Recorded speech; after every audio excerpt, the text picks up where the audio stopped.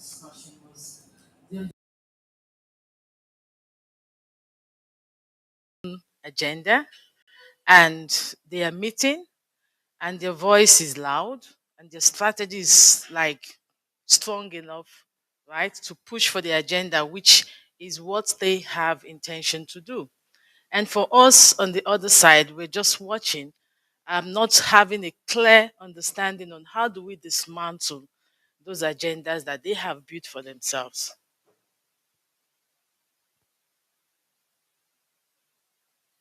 The last person, please.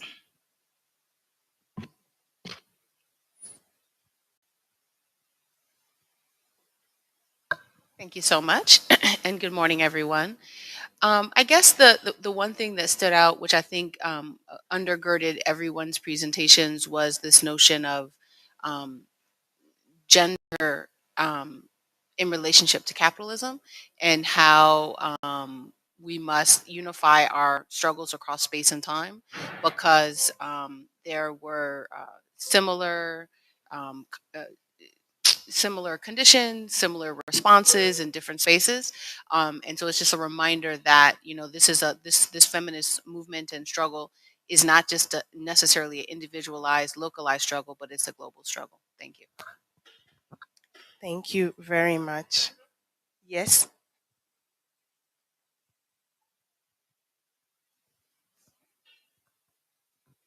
Good morning.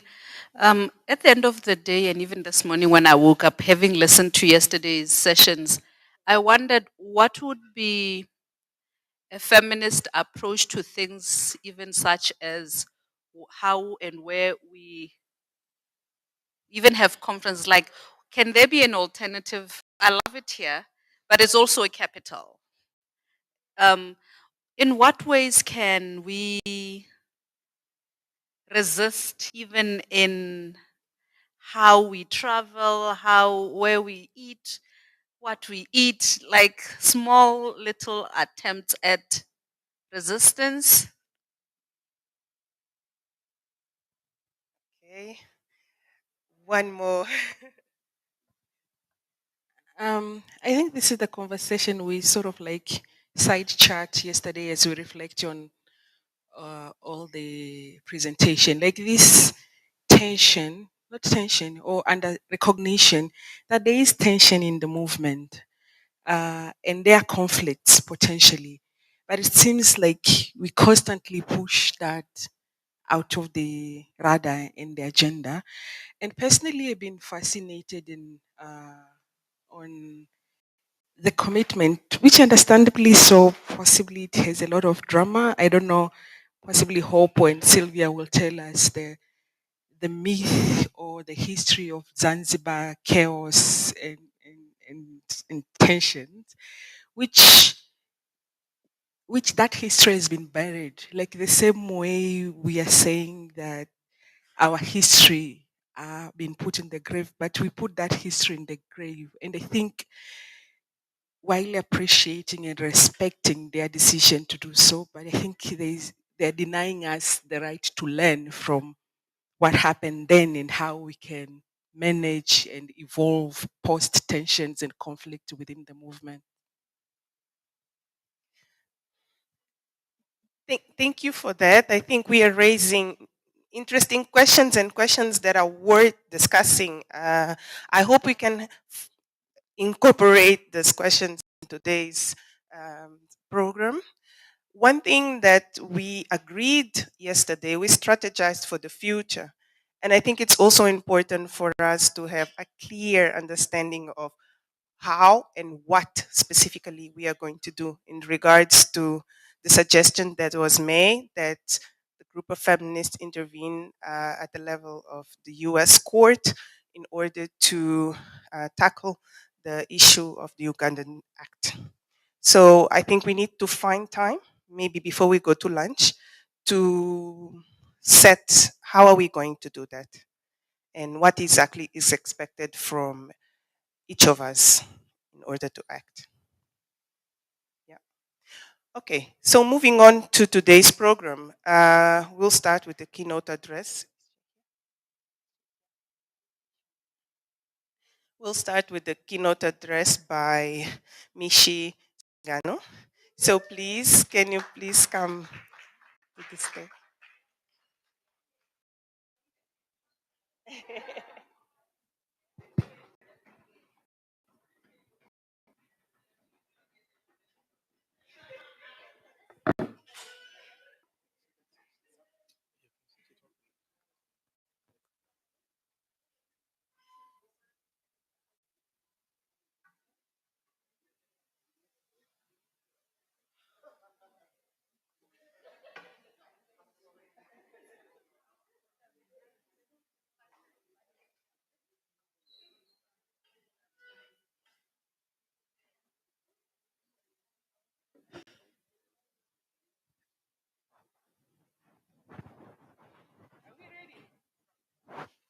Hey, good morning. Good morning. Good morning again. I'm an activist. So if you can hear me say, hey, Mishy. Thank you. Um, thank you. It was such a privilege to get a clap before I start. And Buki is worrying that if she doesn't give me a clap now, she might not have a reason to give me later. So we gotta do this now. But it's the last day of the conference. And when I looked at the program and realized this conversation is on the last day, I was a little bit concerned. Being being amateur and not used to be in these heavy spaces, uh, I ran a danger of speaking to either dead audience after like the heavy 3 days of facts, theorizing, and intelligence conversation, or I ran an opportunity to have the last word.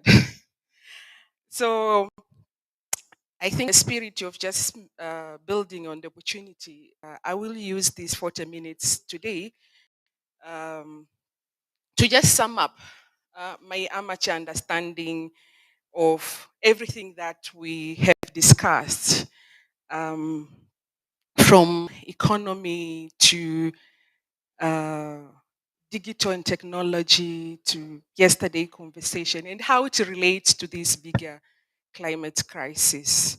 But before I do that, allow me.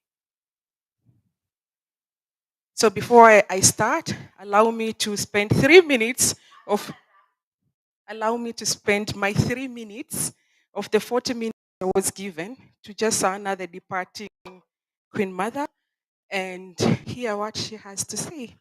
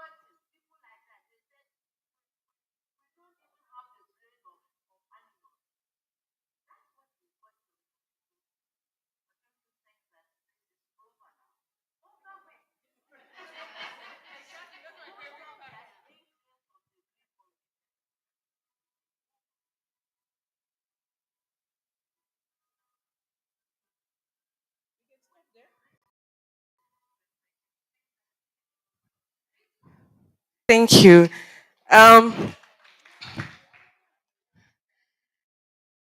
Queen Mother, don't die, they multiply.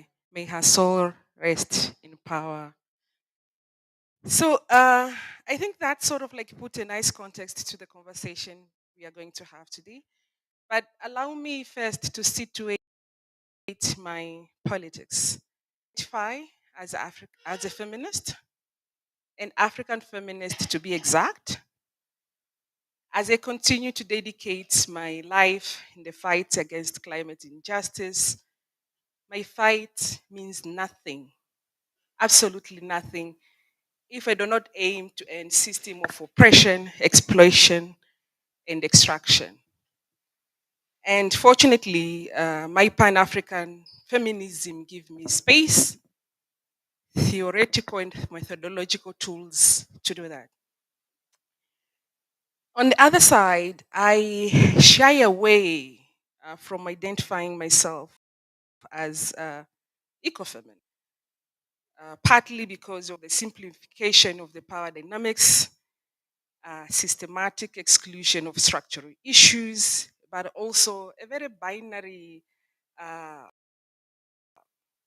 understanding, my view, reinforce stereotypes that sort of like place women as naturally nature carers and divorce men from doing that. So I think to echo beautiful words which has been crafted in the Charter of Feminist Principle, I love to identify myself as an African feminist, and I am feminist. No if, no but, no however.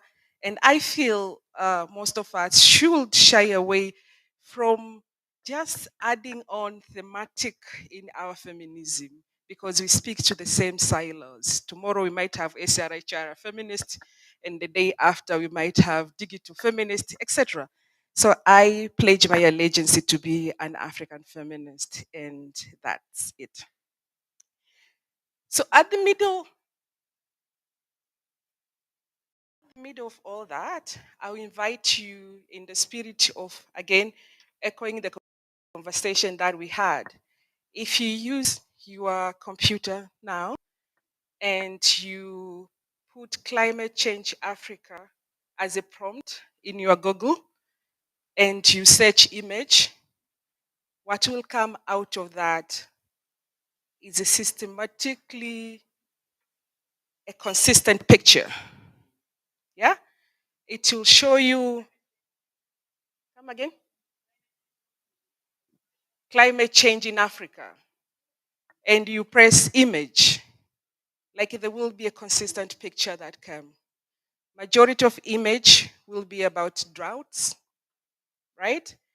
And potentially pastoralist communities and less of coastal communities, for example. Or almost negligible representation of coastal communities. And images will have women and children, often in their sense of vulnerability and hopeless state.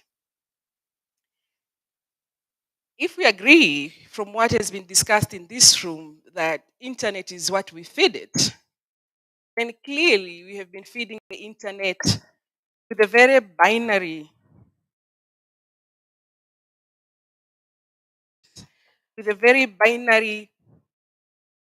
oppressive narrative of climate crisis, which only see certain group, people, and geographies as potentially victim and exclude the others, but systematically erase the face and identity of perpetuators, and that is polluters and the system which pollutes and the system which causes the crisis.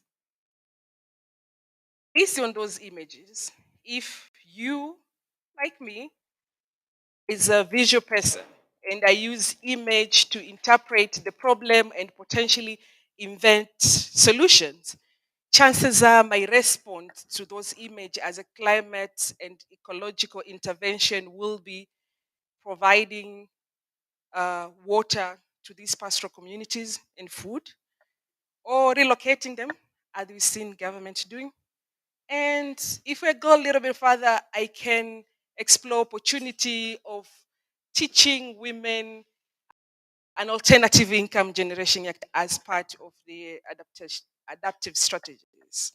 Because this is what image tells me the problem is. But if I do that, does that change? Does that end the climate crisis? Are we solving it? I believe our individual bodies, me, you, collectively, and the communities, carry this tension, burden, and pain induced by climate crisis and ecological disruption and destruction.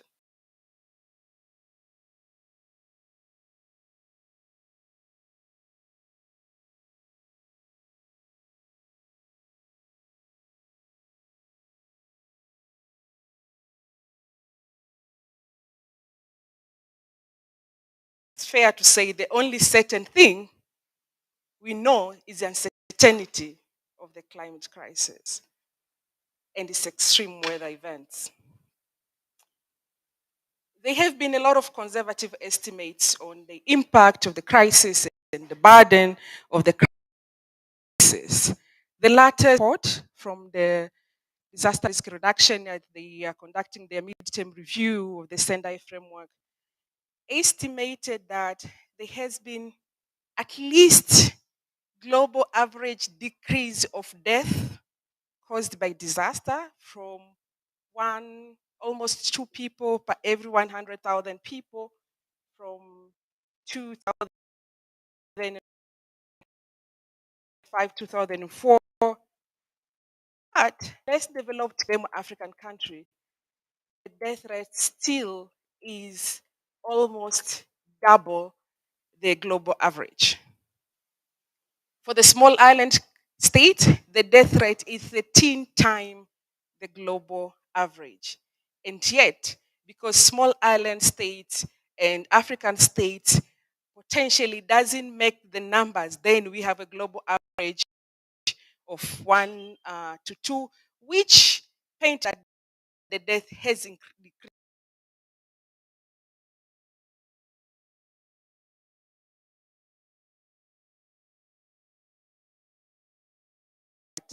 The number of affected people has increased. And I think goes without saying.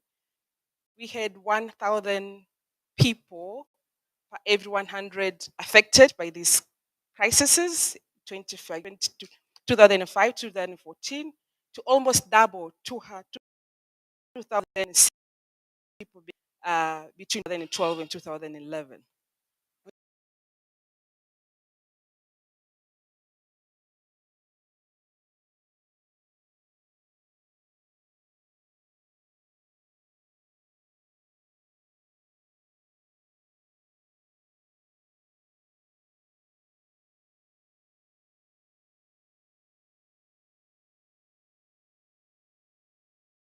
Billion is being lost every year.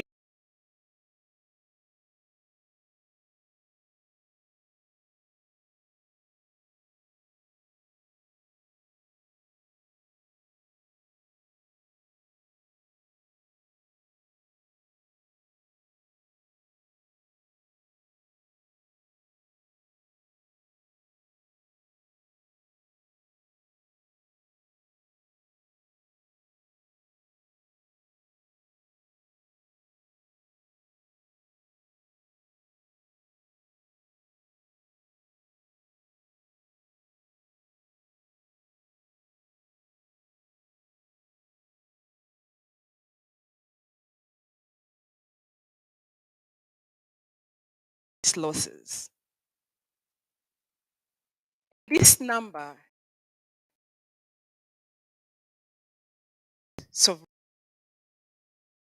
and sovereign debt.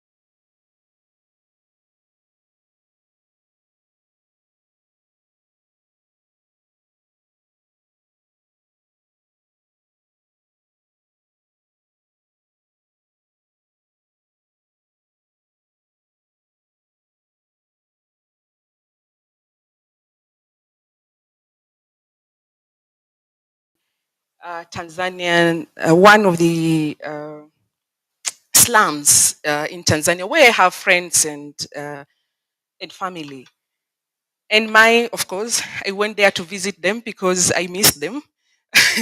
But I took that opportunity to have a conversation that is not choreographed, a conversation that is not I enjoy, it's just a question of me sitting with the people I know and people around them to just have a conversation.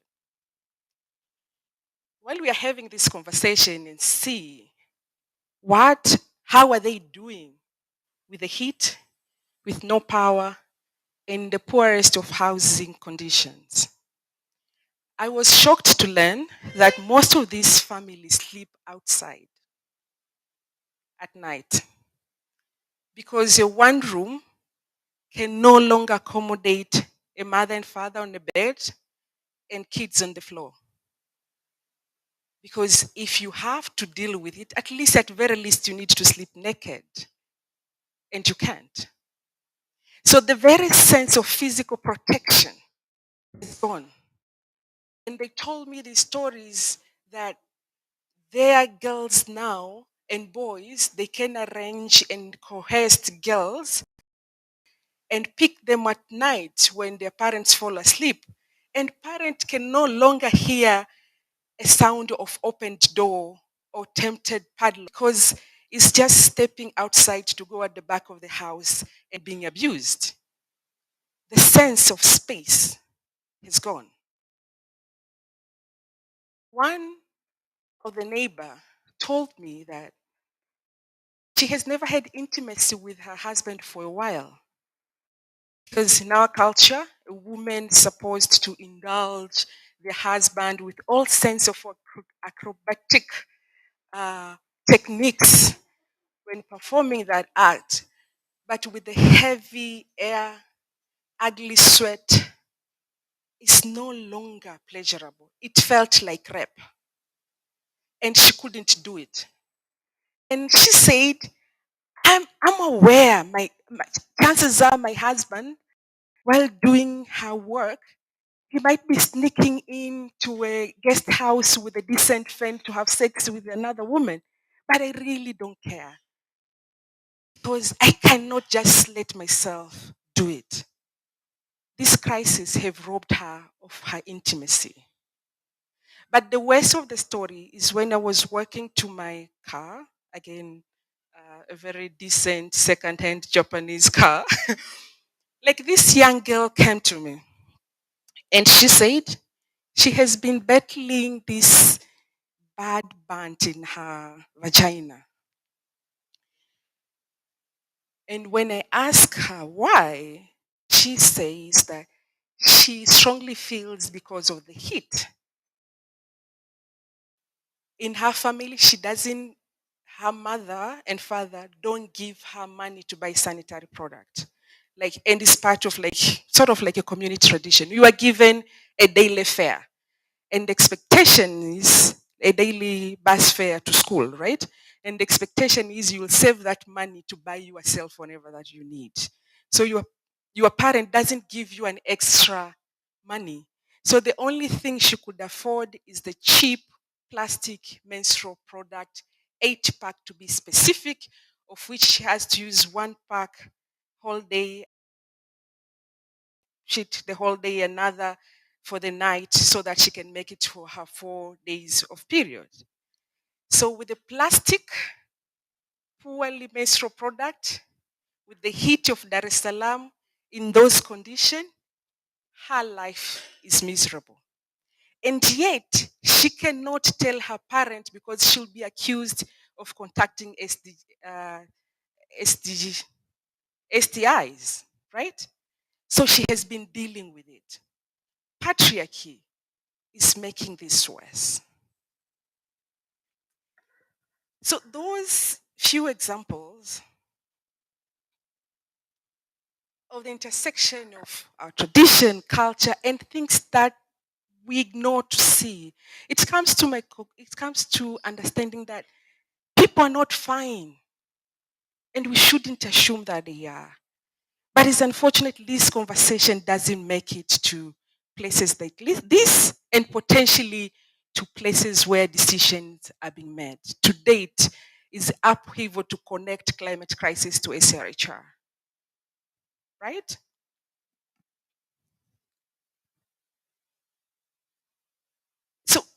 So in my view, the crisis of climate, big, ugly as it is just a mere manifestation of multiple crises, which we either ignored or perpetuated and accepted, willingly, blindly, or out of sheer sense of hopelessness.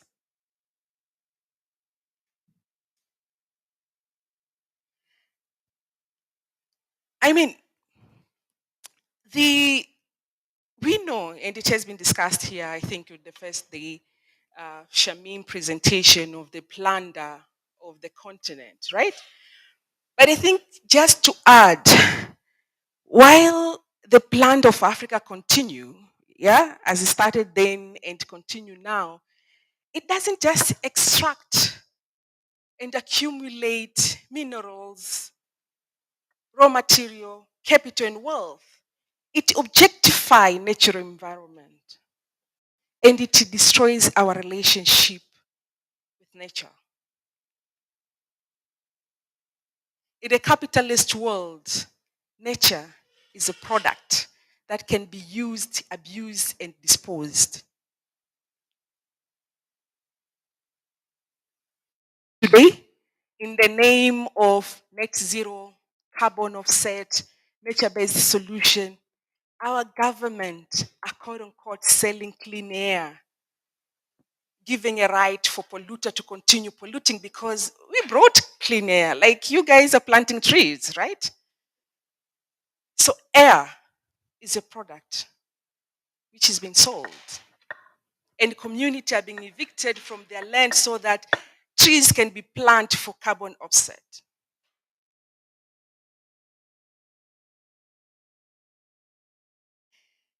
The shamefulness of capitalism, I think, is it doesn't only create all this chaos and let us solve it.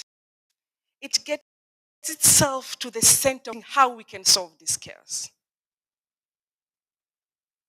The climate finance architecture follows strictly capitalist capitalist finance ideals. The clever double counting. I think the story of 100 billion that we have all heard, and now they're saying they almost released 80 million of a gentleman degree, which have no basis or evidence to back it up. Why are they paying 100 billion?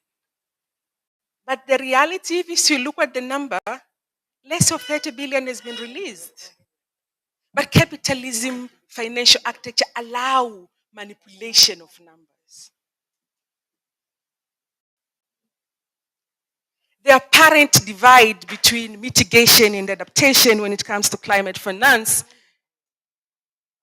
speaks to that capitalist ideal. The reason why we have more money going into mitigation is because mitigation is led by big companies. It's money going to companies. While adaptation is money, quote unquote, supposed to go to communities.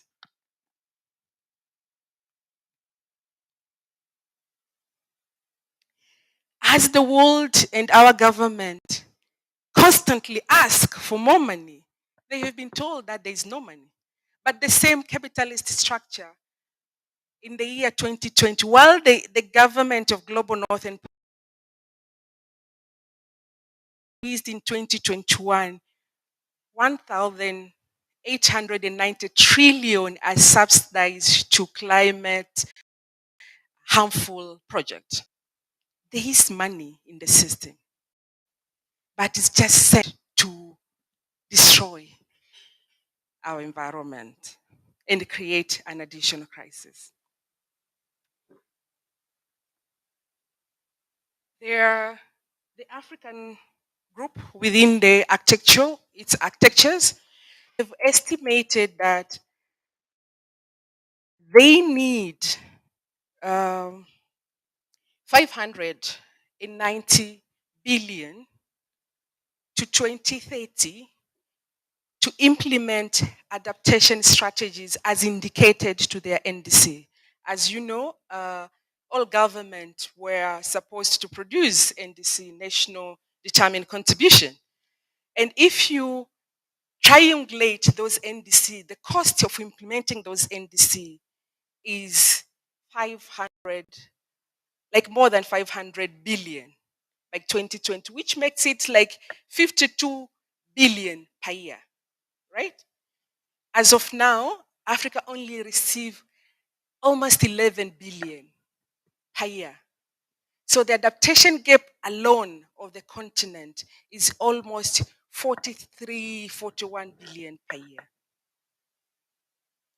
That means the policies, the action that has been articulated and highly celebrated in NDC are not going to be implemented.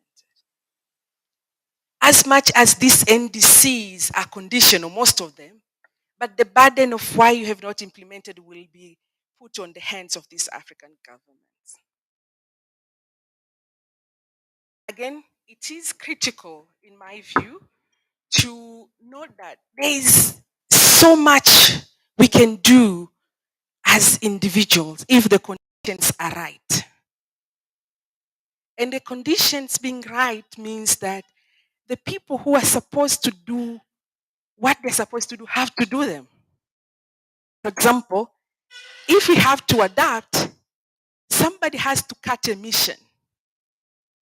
If we can't cut emission, there will be limits to adaptation. And the Africa report at least attempted to put a number on it.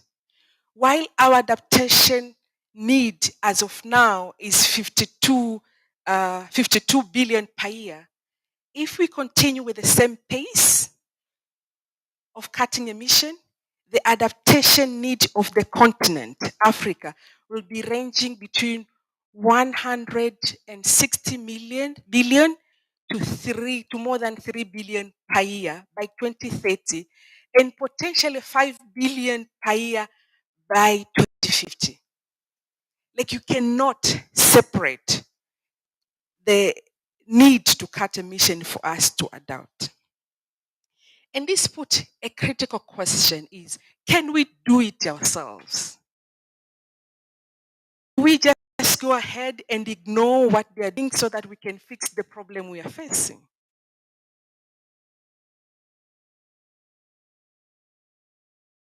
I mean, that's the question for you. They created the governance, climate finance mechanisms, and again, within the capitalist ideals and structure.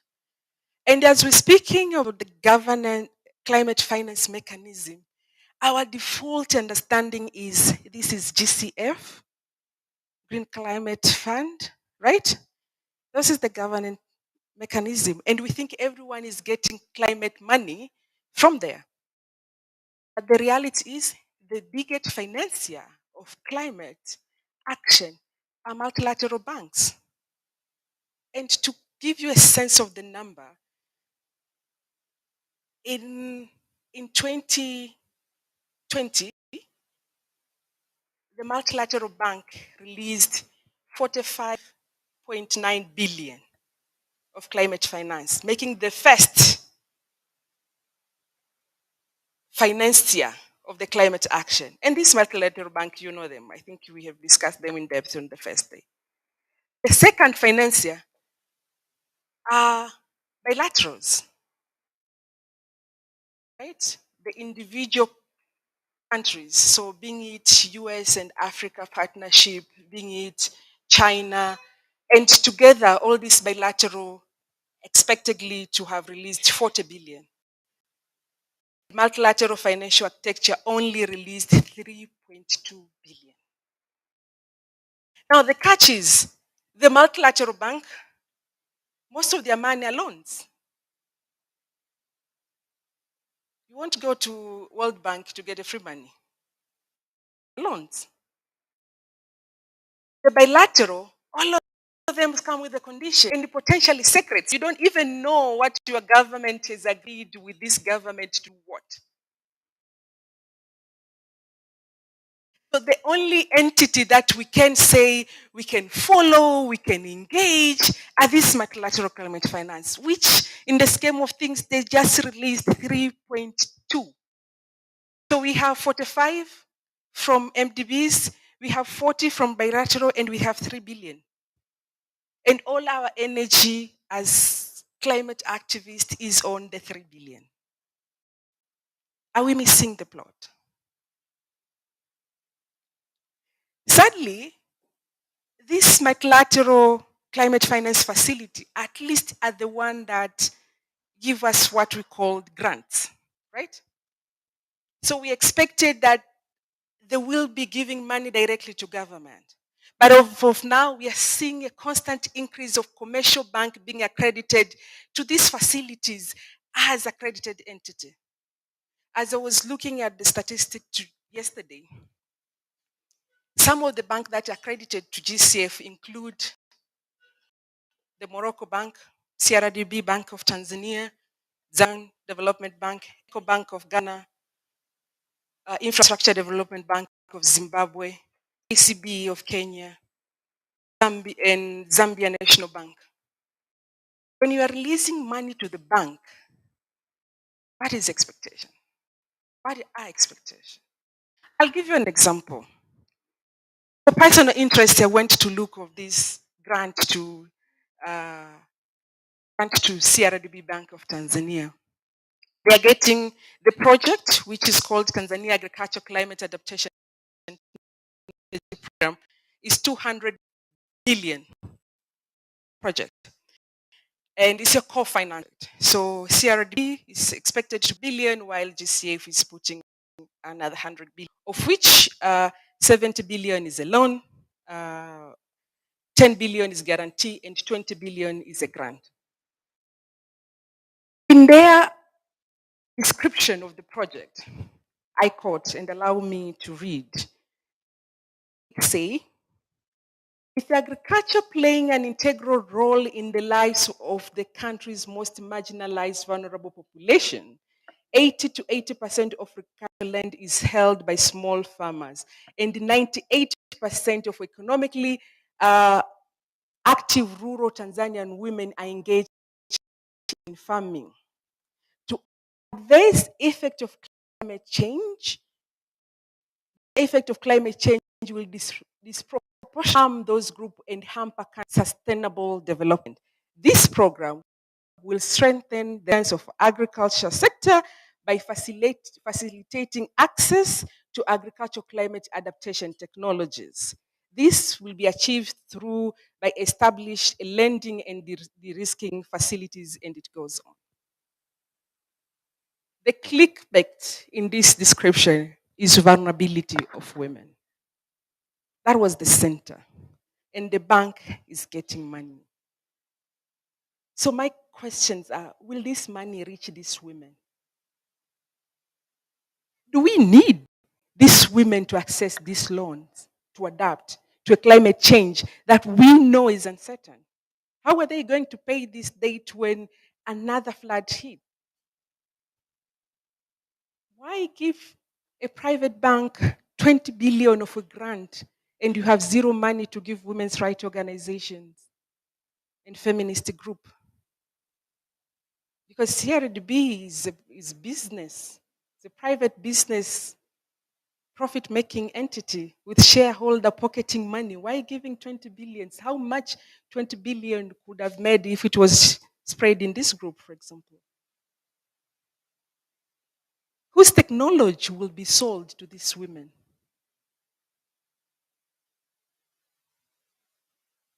Are there accountability mechanism when private entity is designed or is forced to solve public problems? Will CRDB put their part of 100 billion? Or this was just an easy access to liquidity to run and they will circulate and recycle the same funding? There are a lot of questions. Most of them may be deemed redundant if we put our feminist lens on. And speaking of technology,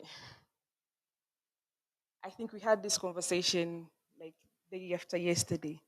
It's sad that to date, the language that our African government are using is technology transfer, not investing on what is ours, or not nurturing our young minds to produce our own technology that suit our context, realities, and aspiration. We go to the hall to demand and beg for technology transfer. And we negotiate that for days and years.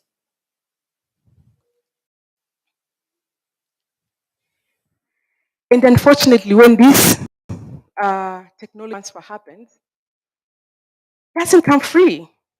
We buy it. Right?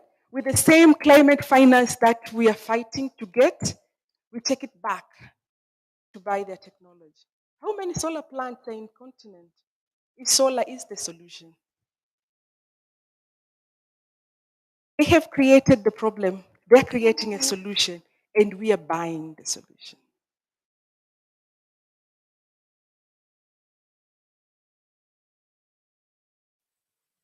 I mean, I know you can have your conclusions, but mine, I think, it's impossible to transform climate finance if you don't transform dominant finance model and you don't transform capitalism.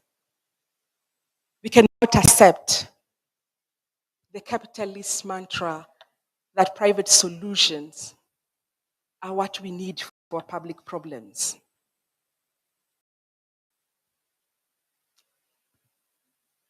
I think in the first day, we talked a lot of the 99 exciting wave of progressive decisions, right? And I really want to know what happened in 99. Like, what is sort of like were the ingredient of all these successful, groundbreaking, either Beijing or CPD, Rio? Like, it seems that there was a good wave, right? Which gave us this grounding decisions and protocol. One of those are the convention, the Rio Convention, right? And one of the things that was agreed in Rio Convention in 1992 is the wow, is the principle of CBDR, common but differentiated responsibility. And this simply means that there is shared moral obligation and understanding that the climate crisis and ecological crisis cannot be solved within the confine of our communities or countries. It's a global crisis. For example, we keep on saying, as an Africa, we have contributed the least to this crisis, right? But we are facing the tune.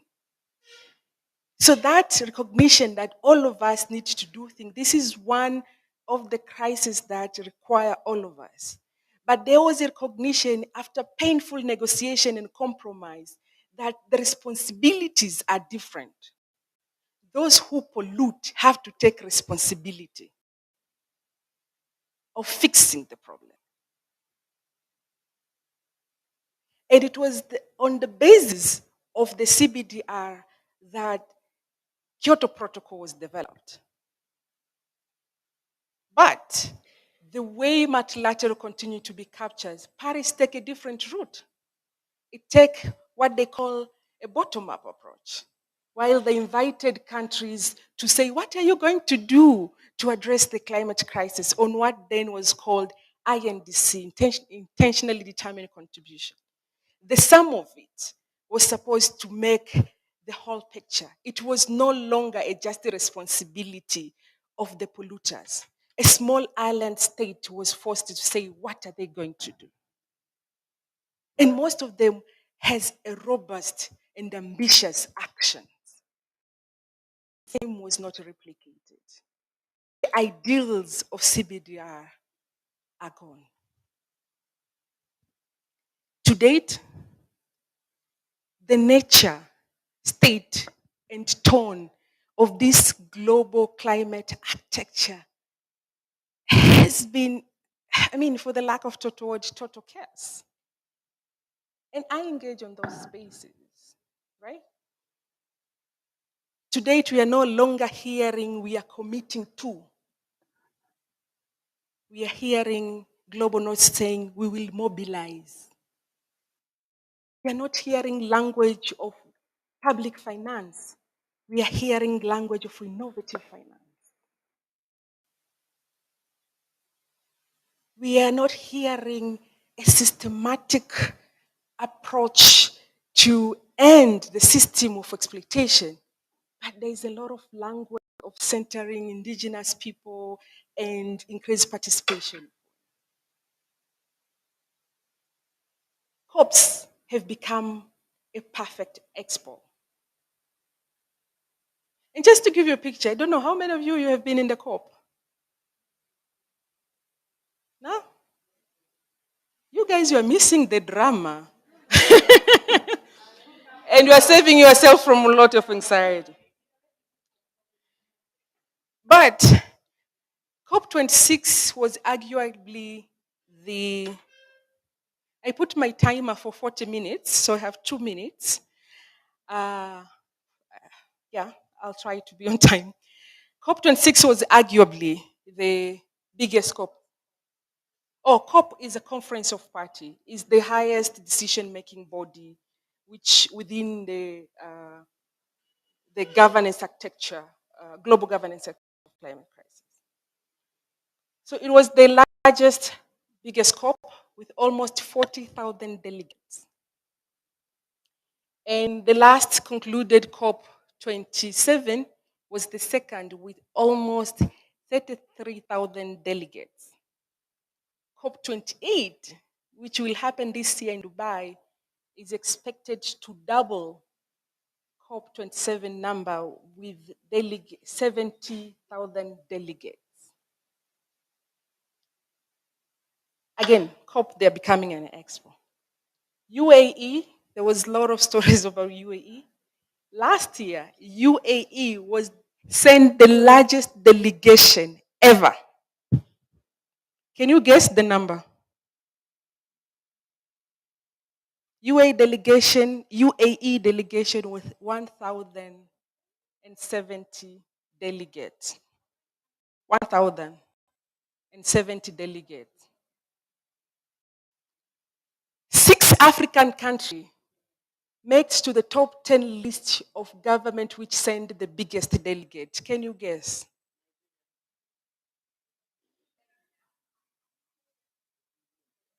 Any other guess? Kenya, South Africa, Ethiopia, Nigeria, Egypt.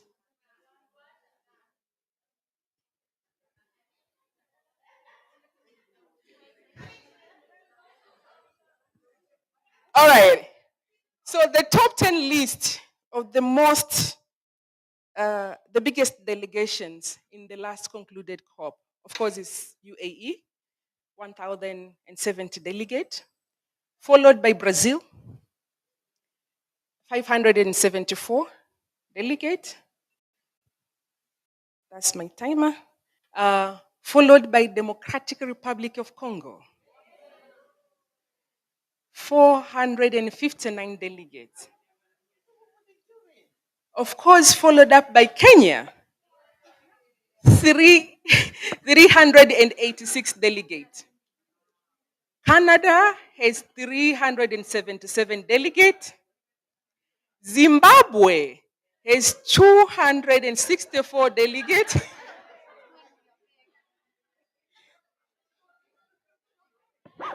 Senegal, hello?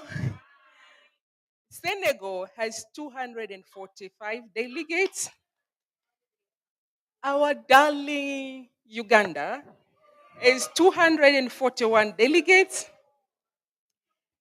And Republic of Congo is 237, and Iraq was the last on the top 10 list with 235 delegates. That's Iraq. Iraq. So that makes the top 10 list of the most delegate. So I allow you to make your own analysis of what does this mean?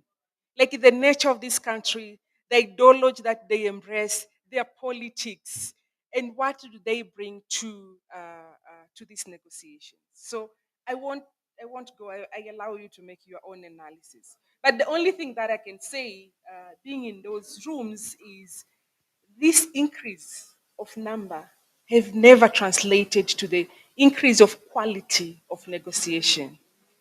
Would have expected if African were this visibly represented in this negotiation. Negotiation should have worked for us, right? But no. We have seen most of our delegates, especially from our countries, spending their time in the side, in their pavilion, in side rooms, side events, and carrot juggling bilaterals. So the quality of negotiation and definitely the outcome has not improved. And it's important to note as well in those delegations that in UNFCCC system, government has unlimited access to accreditation. So, for example, Akina Mama, if accredited to UNFCCC, you will get a quota. So they will tell you can only send 20 people as one organization. But that's not the same to the government. You can send the whole country. You can accredit them, right? And because of that, most of private sector are getting government accreditation. And government accreditation, what we call pink badge, allow you access to the decision-making table. And there will be no distinction whether you are ex-company or you are government of Uganda. You will just be government of Uganda because you are accredited using the government of Uganda.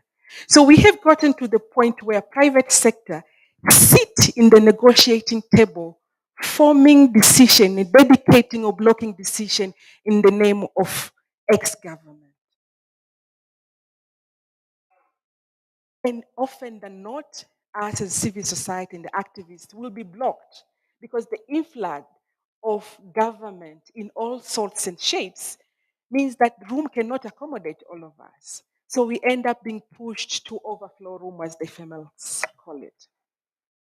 So as we see of this delegation, I also invite you to interrogate, are these 400 people representative of Kenyan government, or is the Safaricom, or is this agribusiness financial institution and this carrying a Kenyan government label and sit in decision-making table and dictating our policies? One of other painful reality that we have tracked is the influx of fossil fuel lobbyists in the negotiations. Oil and gas companies, to be specific. So in the last concluded COP, we have tracked almost 336 oil and gas companies lobbyists in the negotiation, making the second biggest delegation after Saudi. And in previous year, the delegation of lobbyists, oil and gas lobbyists, was 503, making them the biggest delegation ever in the COP26.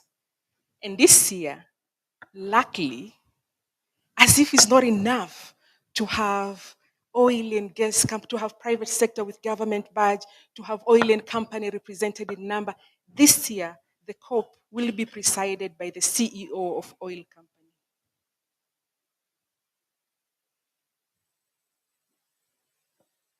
Let that sink in.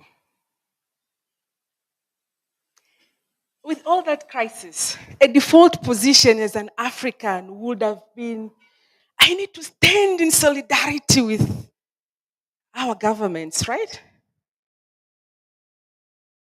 Against the oppressors. And this is oil companies polluting global north, etc. Some of these lobbyists, oil companies, accredited by African governments.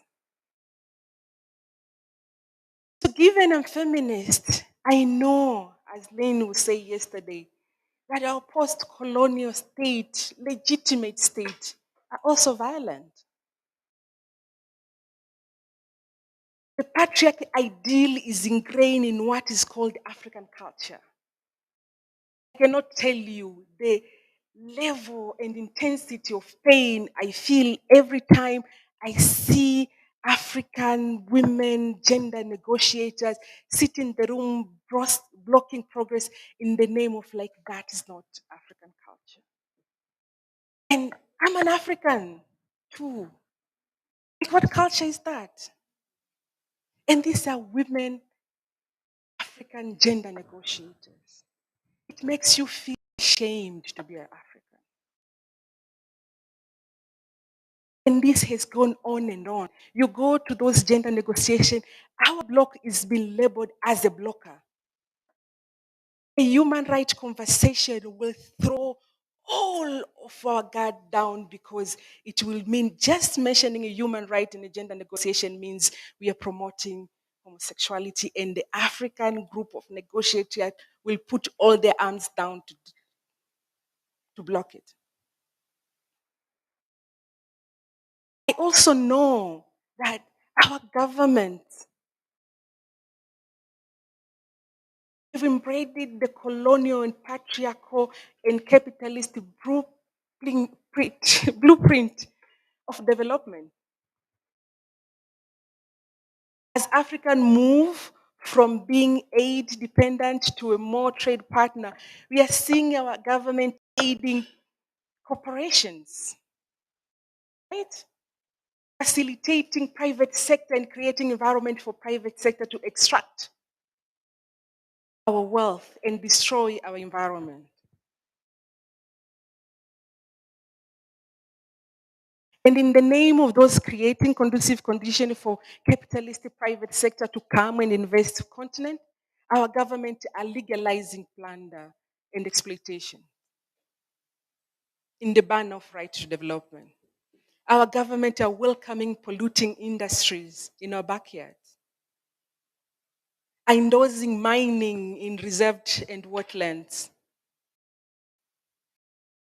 are excited about the mushrooming discoveries in the continent. And of course, our government is celebrating oil and gas exploration. This morning I was visiting the Total Energy website, and they have this article in 20, exciting exploration prospect in Africa. And I was like, if Total call this exciting, it will really be exciting, right? But to who? Us or to them? As now, Total have active projects in Nigeria, Angola, Congo, and Gabon. And they're exploring Senegal, Mauritania, Guinea, Ivory Coast, Namibia, and South Africa. And in fact, if you look at the map, it seems they're already systematically taking over all the West Shore. That is just one company. And of course, our famous Uganda pipeline made to the as well. As I conclude,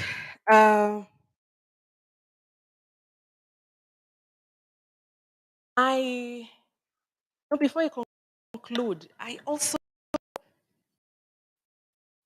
say a lot about our African industrial farming, unplanned cities, and ever expanding unplanned city, our excitement about tall and shine buildings and associated infrastructure.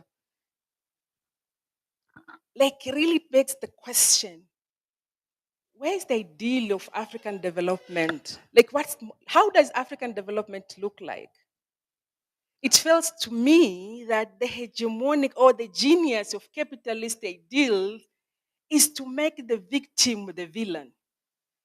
Because in my common sense I cannot blindly pledge my allegiance to this continent as they do this. As equally, I'm supposed to stand with them to fight with the oppressors. It divides us. It pains us. It makes us take battles with our own as we take battle to the outside world.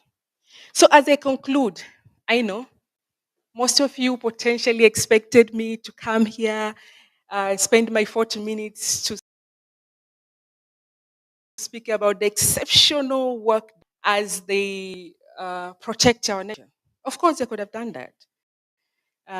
We recorded a lot and we continue to document amazing work of women of Guinea-Bissau who are using traditional and new technology to preserve mangrove, for example. Women in Kenya who are expanding their enterprise. Relatively, for example, who are doing a lot to combat desertification. Urban gardening in Uganda. Young people, enterprise in recycling. There's a lot of those examples. And it's tempting just to speak about climate change and climate crisis in that level. But I'm a feminist, and my feminism allows me to deal with contradictions. And out of that contradiction, I ask myself questions, a lot of questions. And because I have this rare opportunity being in room with all you amazing women, allow me to share some of those questions with you. Are these actions, as I portrayed them, done by women, amazing, small, sustainable? Are this action and solution going to alter relations of power? Will they dismantle capitalism and colonialism? Are they designed to detonate patriarchy, capitalism, and colonialism, or just survive it? Can we say in one voice and with the conviction that we can address this crisis in our backyard alone and in our community alone? If not, with the reality of failed multilateral process, as we coined the word dead romance of multilateral process, what are the alternatives? How are we going to hold the polluter accountable if we are not engaging them in the eco space, in the same space? Where are we going to build that power? What are the alternative space that we can summon them, bring them here, and demand them to do what is right?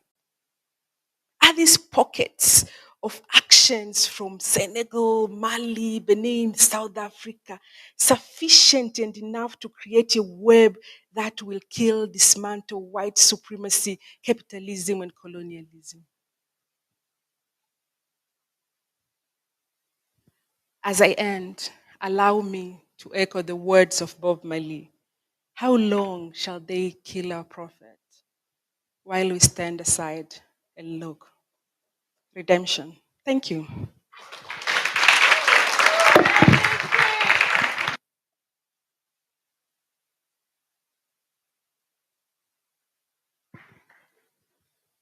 Thank you very much.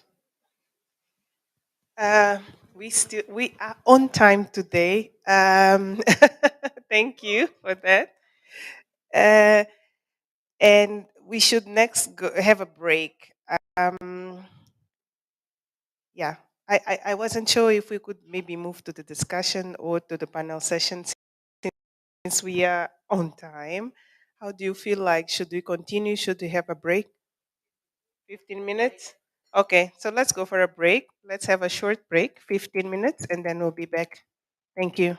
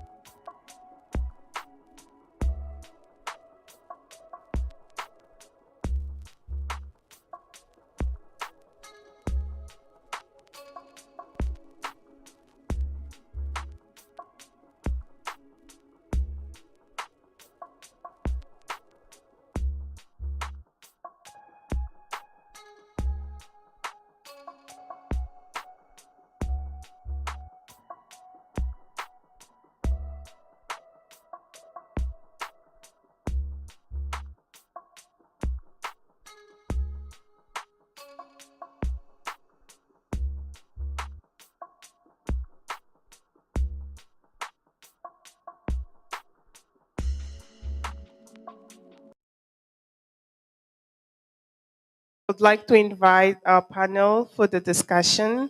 Oh, sorry, I don't have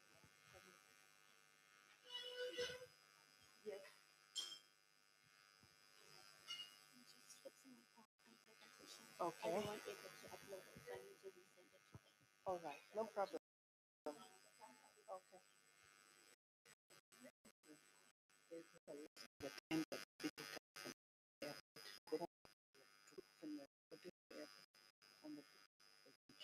Okay. Okay. Okay. Some logistical matters before we continue. There's a list of participants' times to leave from the hotel to the airport. The lists are in those two tables behind us, so everyone can check if there's any issue, then to contact Sylvia. Okay. So coming back to our panel, I would like to invite. Yes, Chido is still working on her presentation just to send to for projection. Please, Natacha, can you join us here? Hibist, oh, sorry.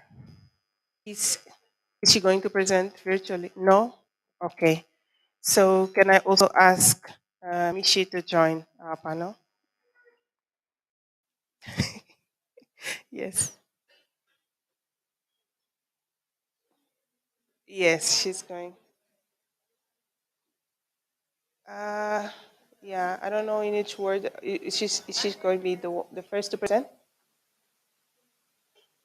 Okay, no, it's fine. Then let's.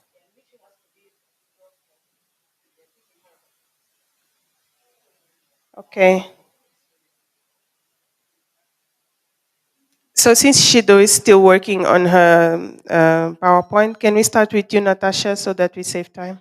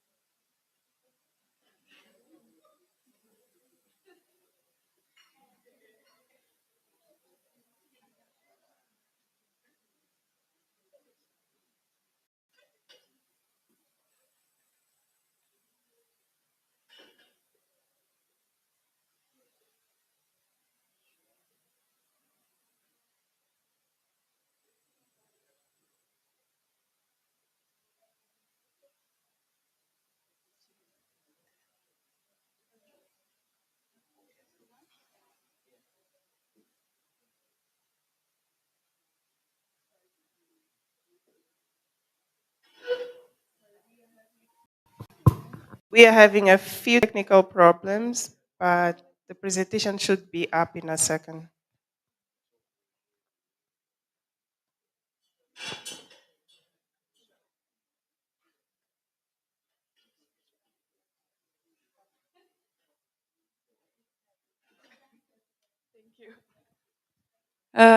Good morning, everyone. My name is Natacha, as you know. I'm from Mozambique. I'm based in Maputo in a research institution called Observatório do Meio Rural, which is Rural Areas Observatory. But I grew up in a land far away from Maputo in the north of Mozambique, in a land that we call today Total Land, the famous excitement that Total is talking about, that resulted in, it is going to result in extractivism and is very related to the conflicts that are emerging, as well as insurgency that you might have heard so far. So yeah, maybe this is what inspired me to research about extractivism, but not in Delgado. It's more related to environmental issues, of course. And I'll start my presentation by asking you to look at this slide. Uh, the first image is very familiar to you, for sure, or certainly, I don't know if it's not, there it is. It's a clear vision of what extractivism is, right? Taking wealth or extracting resources and then taking for external wealth and accumulation. But I'd like us to reflect about the second image there. As we see, there are two men talking. The capitalist, which is dressed like a capitalist, I may say, says the beauty of free market capitalism is that it's self-correcting. And then the other man asks, how does it correct for climate change? And the answers, by producing more lifeboats and selling those lifeboats. And this is happening, this conversation is happening while they're drowning, right? There's water, like so. I think this is what is happening right now. We are having a problem, a climate crisis, and we are not we in this room, but as a system thinking about the economic goals or the profit that this can bring us, and not exactly solutions that work. The other image that I want you to reflect on is this one. Mishy already started this debate in her presentation about carbon offsets.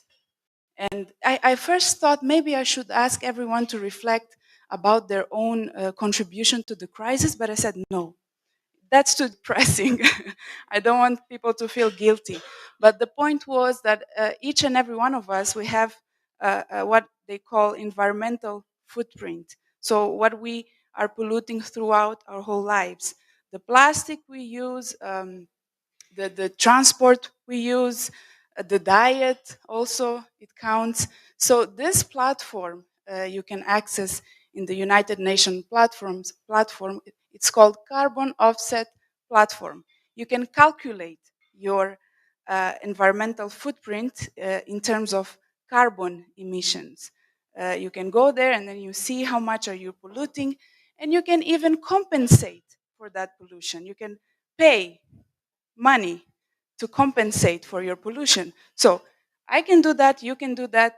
Also, factories can do that, companies can do that, and just buy or compensate for their pollution. But then, where are these carbon offsets coming from? You can even choose from which country in Africa you want to buy your offsets from. If it's from Malawi, from Mozambique, or wherever these projects are being implemented. So this is a real new commodity, carbon credits. And it's for sale, it's online, anywhere, anyone, any company can buy and compensate for their pollution. So what my research does is just to ask, how are these offsets produced, right? Because it's a new commodity, it's air, it's intangible, but it's a commodity. It's being sold in the markets. So how are they produced? I'm in an office in the Netherlands or in Portugal, and I want to compensate for my holidays that I took in Mozambique or Kenya, and I go here and I buy, and I don't even know where is this coming from. So where do we find the raw materials to produce these offsets? Who is effectively paying or subsidizing this for your offsetting?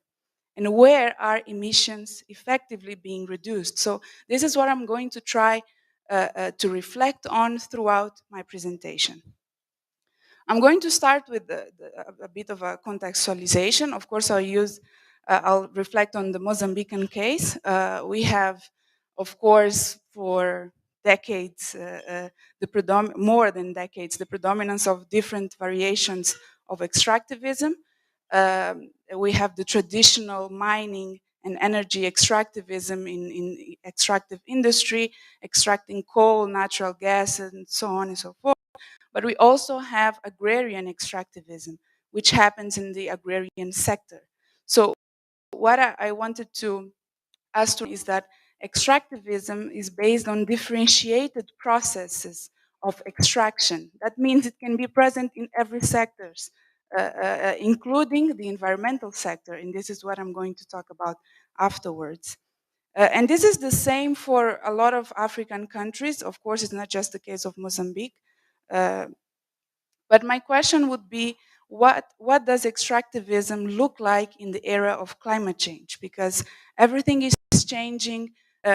Green is the trend now. I think everybody here at some point in life is preferring to buy greener products, even clothes, makeup, shoes, food, everything now is green. And investment is green too. So this is happening in a context where mainstream institutions such as the World Bank are calling for a climate smart world, which is a world that climate smart policies are implemented, and this is changing how capitalism works in terms of processes of production, packaging, distribution, and markets. And what is happening is that, as Mishy was saying, developing countries are transformed as great receivers of climate funds from developing banks such as the World Bank, the African Development Bank, and other financial institutions, and also philanthropic organizations, environmentalists, right? So the solutions clearly are prioritizing mitigation or reducing emissions. The last reports from the World Bank, which is climate change and development, they state that developing countries should invest a lot more in reducing emissions. And they even state a goal that is reducing on 70% of emissions. That's a lot for a country, 70% of emissions. And this is done through mainly the RED Plus program, which is a program that aims at reducing emissions from deforestation and forest degradation. And I listed here some of the projects that are under the umbrella of this bigger program. And all of these projects serve to capture carbon. So if you're reducing emissions, you're capturing carbon, you're sequestrating carbon so that you transform those tons into carbon credits and then you sell in international markets. So how do you capture carbon? Through conservation projects, mainly reestablishing colonial reserves and conservation areas, but also through reforestation, planting trees, for example, implementing climate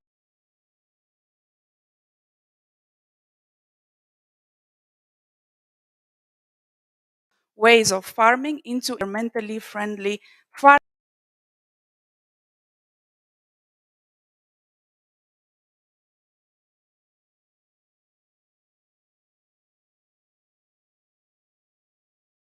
Such as tree plantations, with all the environmental negative implications that we know of.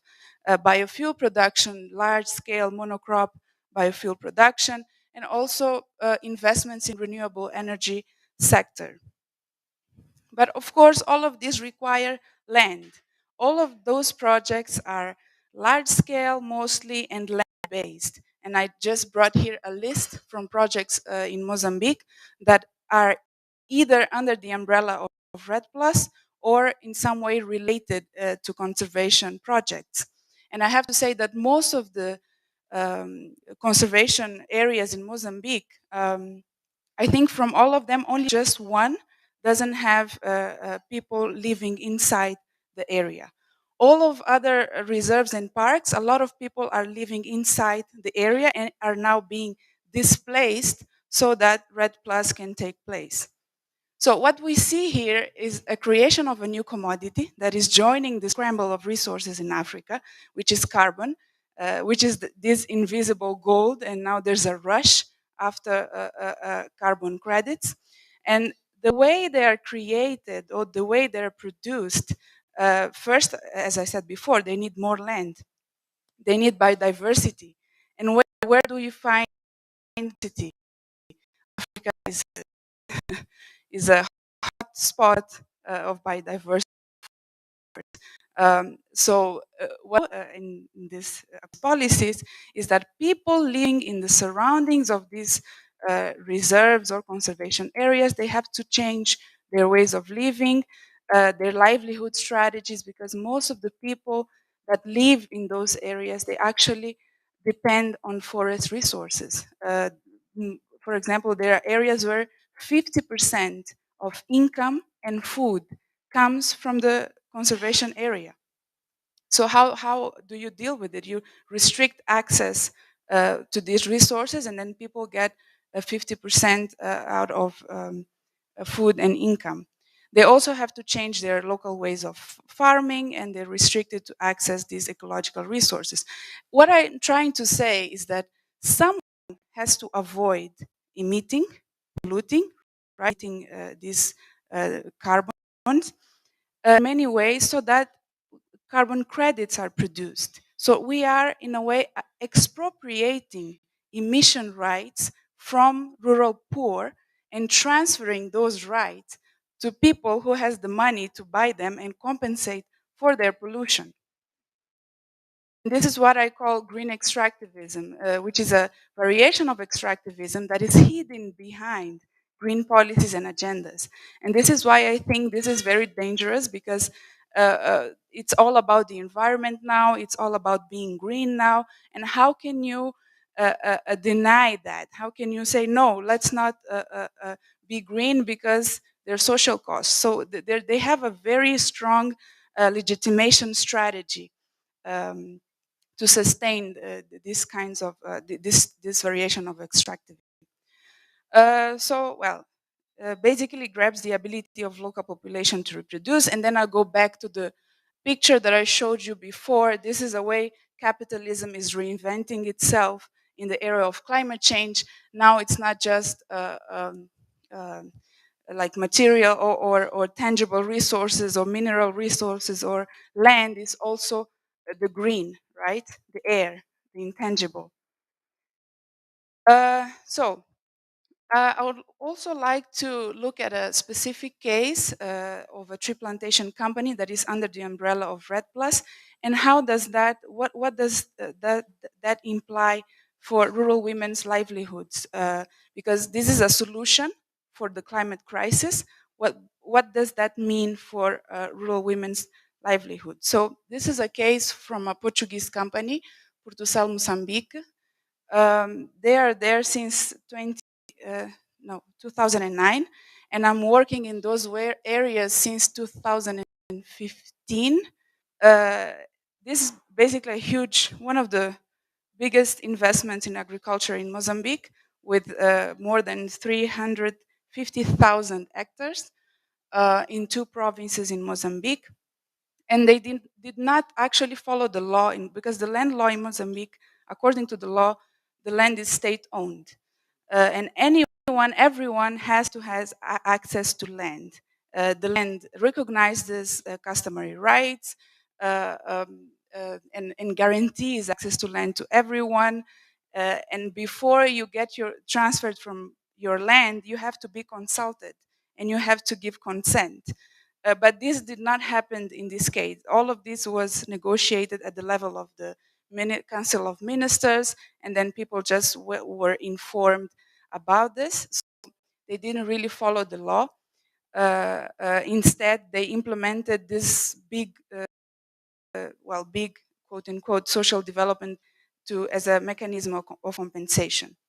So we saw a lot of negative impacts in terms of rural livelihoods, and we saw a lot of negative environmental impacts, such as changes in plant diversity and fauna, contamination of water courses, but also less availability of water, and all of these resources are determinant to rural livelihoods.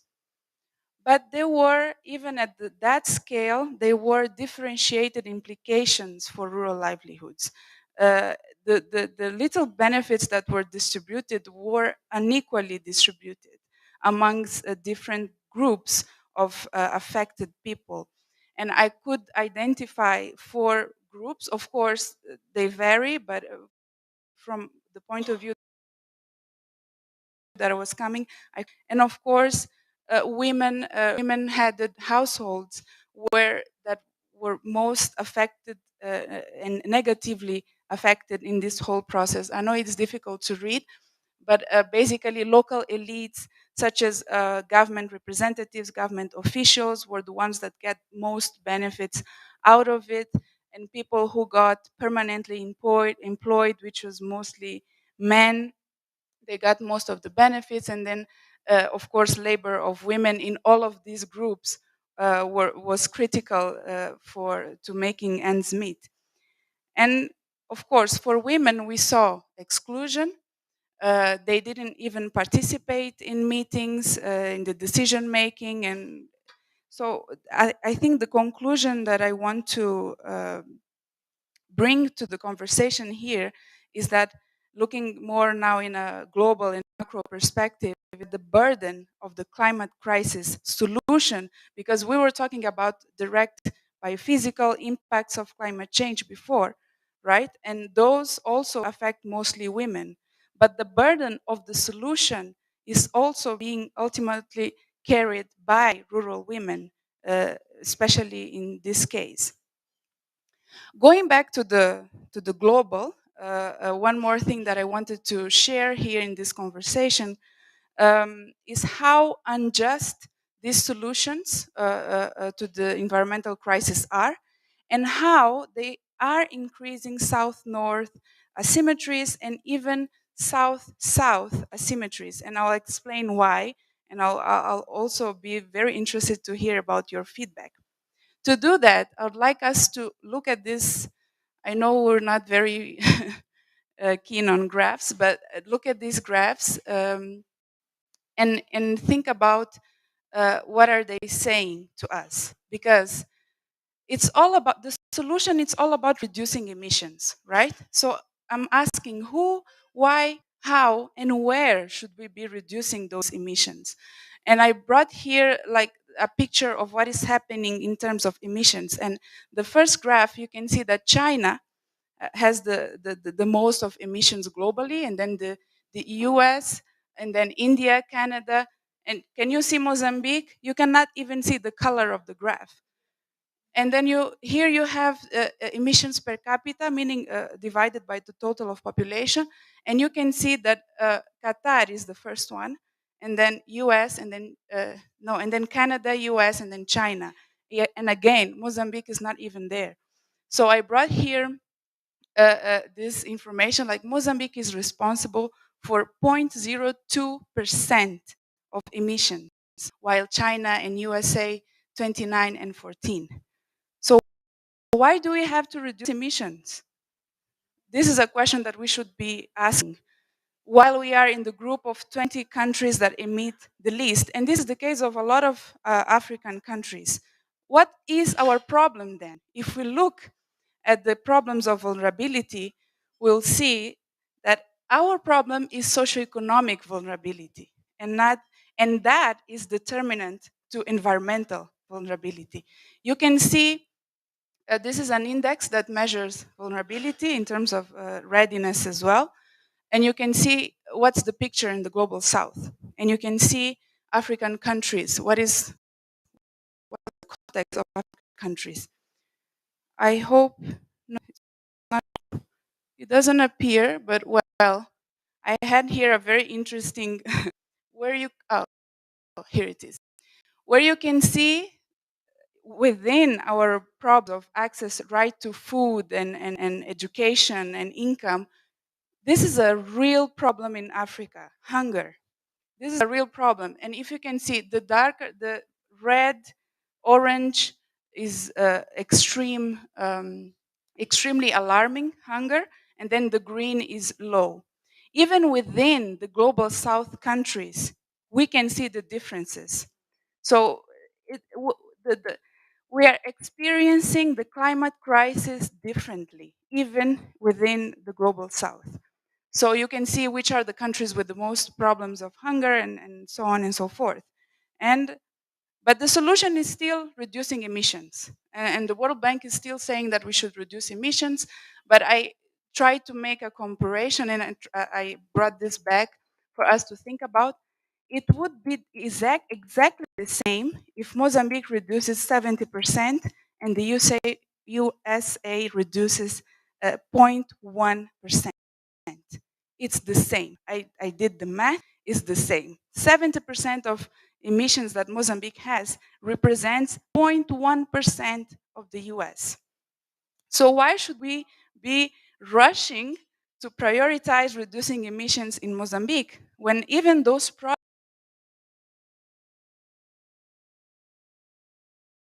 problems here are not promoting growth and development, sustainable development? So I ask, whose agenda is this and whose solution is this? We are contributing to the solution of the countries that have reduction emissions targets, and this is not us. So for me, this is another market-based and highly financialized environmental policies and agendas, but has similar adverse implications to sustainable development of the South and specifically of African countries.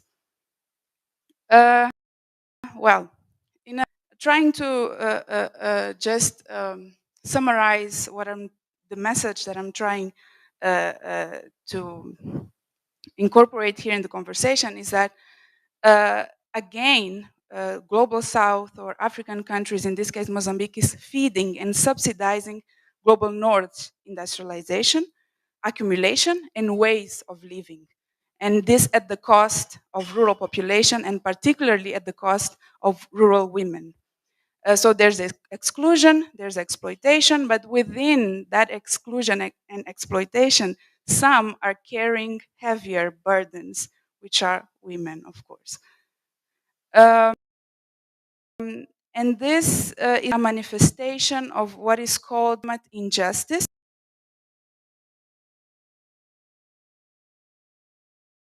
and of the biophysical impacts of climate change, but also carrying the burden of the solution to the crisis.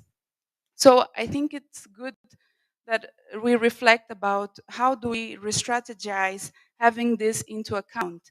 I think it's a challenge because we have a lot of different struggles, I would say. Of course, some issues are transversal, but I think there are specific specificities in each struggles that it's a challenge to incorporate all in one struggle, I would say.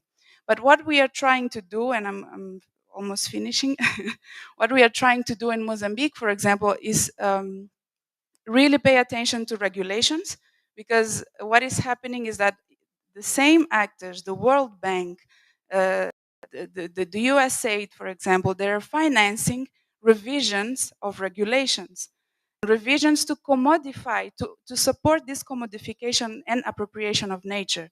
So in Mozambique, land is not privatized, but they're revising the law, and the World Bank is financing this revision.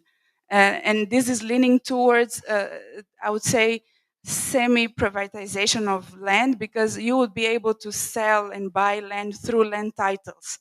They're trying, and this hurts the constitution, I think. I'm not a legal person, but it hurts because we cannot sell and buy land. How come you can do that through selling and buying of titles? So it's a bit confusing, and we're trying to advocate for redistributive, pro-poor, and transformative policies. We published this study together with the national social movements such as Justiça Ambiental, the National Peasant Union, that also incorporates women's organizations, Alternativa, organizations that work and have been working on land issues in Mozambique for decades. Finishing now, Well, ways forward. I think an urgency to rethink climate change strategies and solutions, align them with priorities and challenges. We should stop responding to external interests and focus on what is our problem. And I come back to this vulnerability chart map, I mean, and also the hunger issue. Why are we sending 1,000 people to the COP when we need to have a conversation about food, food security, right to food?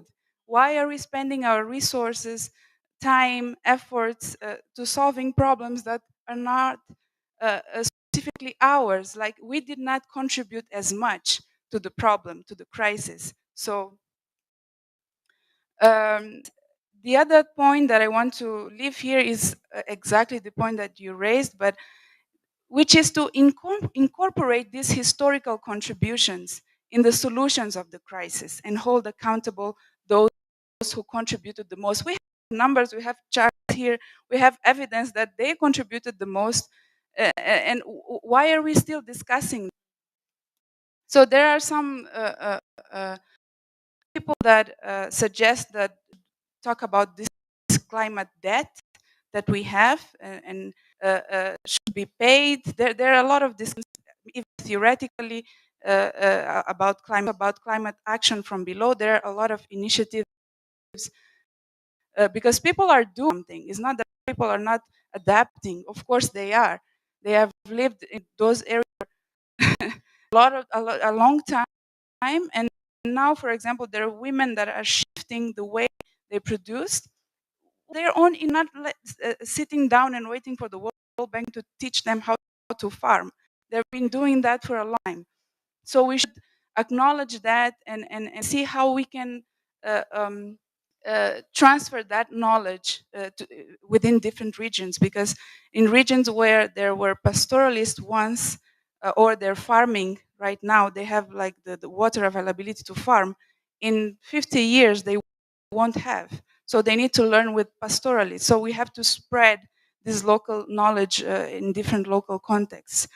And I come back to this to say that the solutions we are drowning, literally and figuratively, but we're still thinking, mainstream institutions are still thinking about economic gains and not really sustainable, include solution.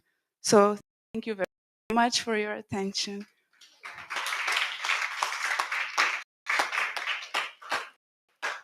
Thank you very much, Natacha, and for linking to yesterday's discussion on the role of the state and how the state seems not to listen to what people want, and how economic interest seems to come first, even for it. So now we'll have Chido who make a presentation. Thank you.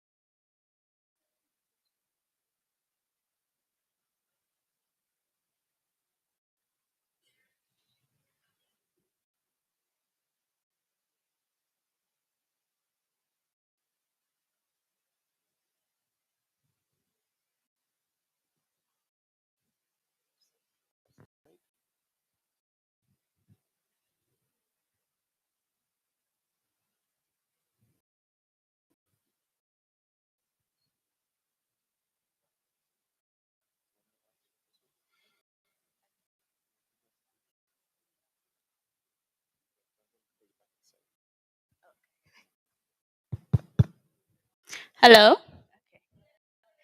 I will stand here. So, hello everyone.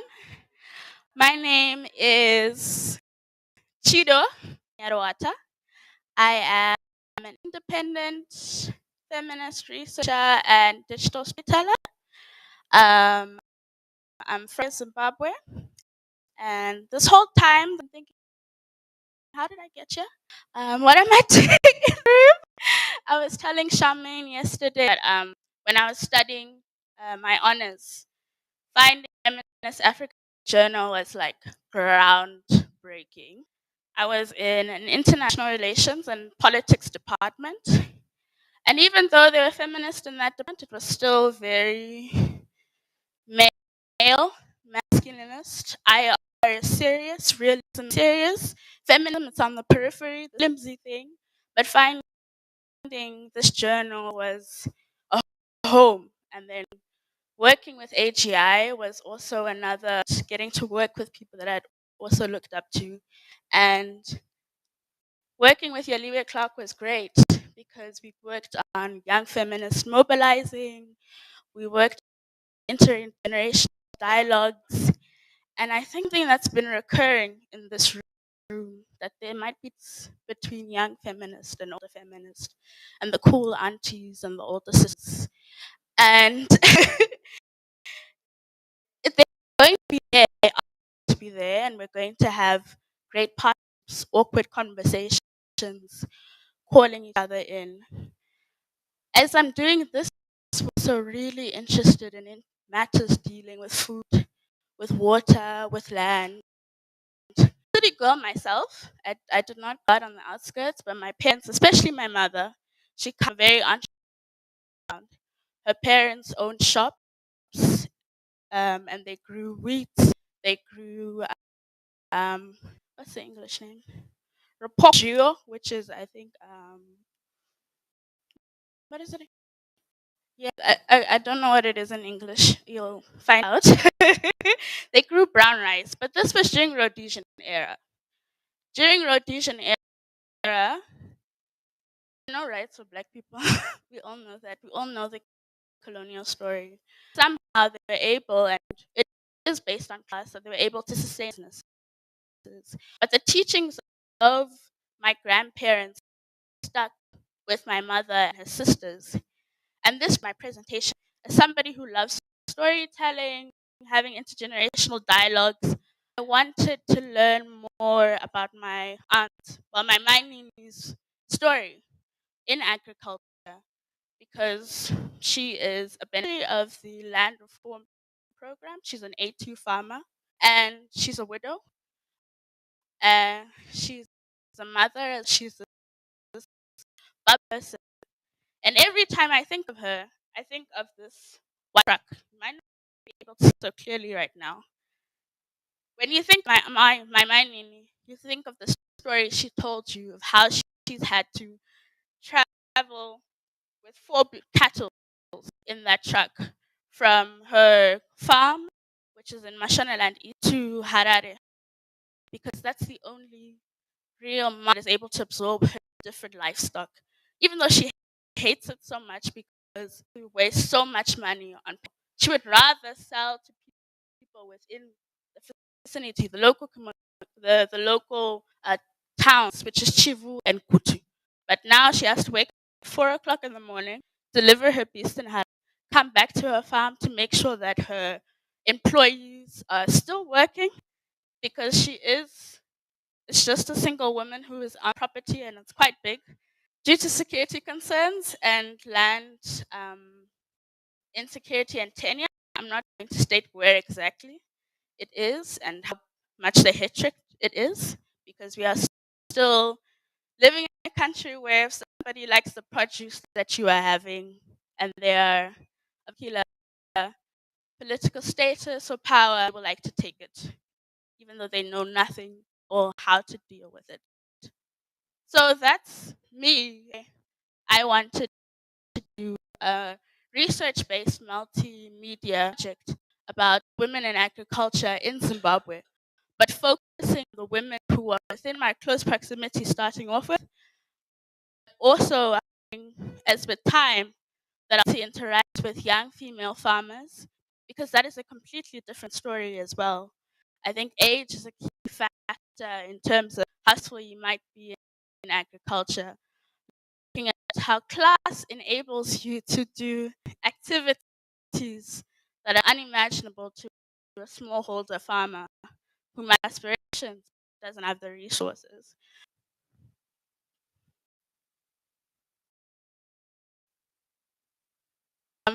Quote, Women is another organization that I absolutely love. The work that they do is cool.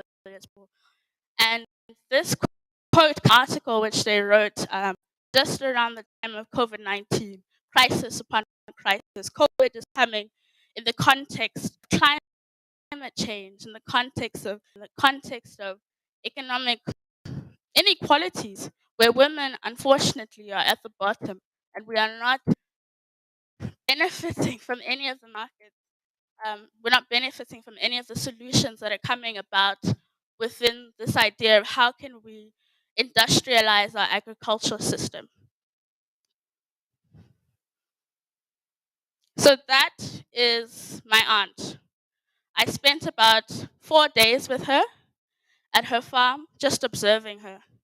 And this is her opening up the kraal, making sure that the cattle is back. And this is like around 5. We had been walking around her plot. She was telling me about the different trees and the different wild fruits.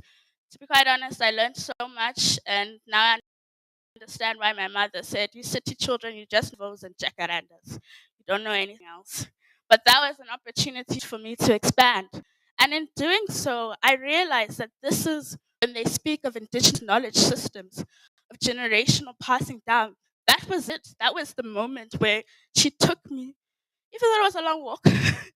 But she took me and she really took time to say, this is the kind of fruit, this is what it tastes like, this is what it feels like, this is what, if you're sick, you have this, if you're not feeling well, you have this, if you want to have black teeth, this is what you eat. That was the conversations that we were having. So here I just outline what the purpose of this project of mine is. And it's really to address this narrative around within the climate, agriculture, and women discourse that we need to train rural women. We need to give them the skill set on how to maximize the small pieces of land that they have so that they are climate resilient, even though they have so much knowledge about the very land that they live off. How can you tell someone how to use something that they use every day? So, this was the purpose of this project. And I wanted to demonstrate that Zimbabwean women are knowledgeable agents of change and opportunities within their communities at different levels. So far, these are my 3 participants. So the first is my Nini, my aunt. The second is Titi Mugweni, who is a second aunt of mine, my best friend's mother. And then the third is Enviola Nyakuchka. She is a female agriculture service extension officer. So this is the value of African feminism for us to understand the environment. I think Mishy was speaking earlier when she said she doesn't identify as an Afro-Ecofeminist. She identifies as a pan-African feminist.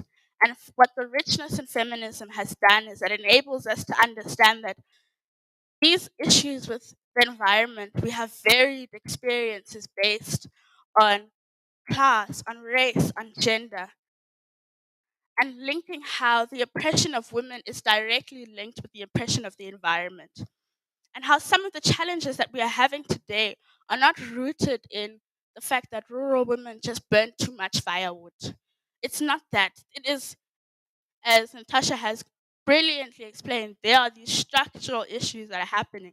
It is capital investing who is who is degrading our lands. So it's looking away from just this individual perception that is poor people, poor women who don't know what to do and who are ruining our environment. But understanding that we are guardians of our context. I'm going to, so throughout the presentation, I'm going to actually show some of the videos that I've developed for my project so far because I want you to hear the voices of these women and their experiences.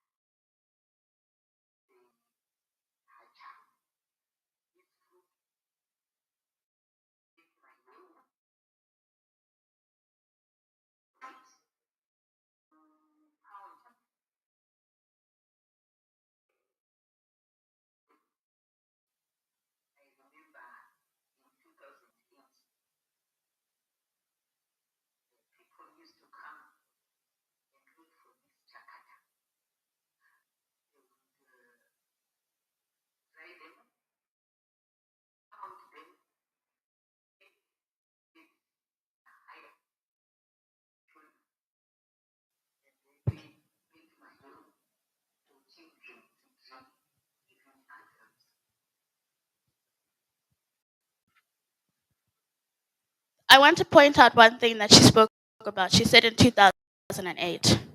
2008 was marked by hyperinflation, by food insecurity, by political violence and instability. And it's quite interesting that in that moment of scarcity, people decided to go back to the foods that their previous generations had valued, that had given them sustenance. We talk about value addition in agricultural value chains. She just broke that down for us. They crush it, they make it into bread, they make it into drinks. That's value addition. That's the power that indigenous knowledge systems are giving us. But that mistake of us valuing cash crops over food crops didn't just happen. It was a deliberate attempt of Western capitalist patriarchy. That defines how agriculture, industrial agriculture systems have been. To say that what you know, what your foremothers and forefathers had, means nothing. You need money. So grow this particular crop, such as maize, which is not indigenous to us, such as tobacco, which does not feed us, and is, subject to fertility, where growers of tobacco will spend weeks on end at the tobacco floors waiting to get payment and not able to give their families food or sustenance or anything. But because they've been told and been conditioned that this is the best way for you.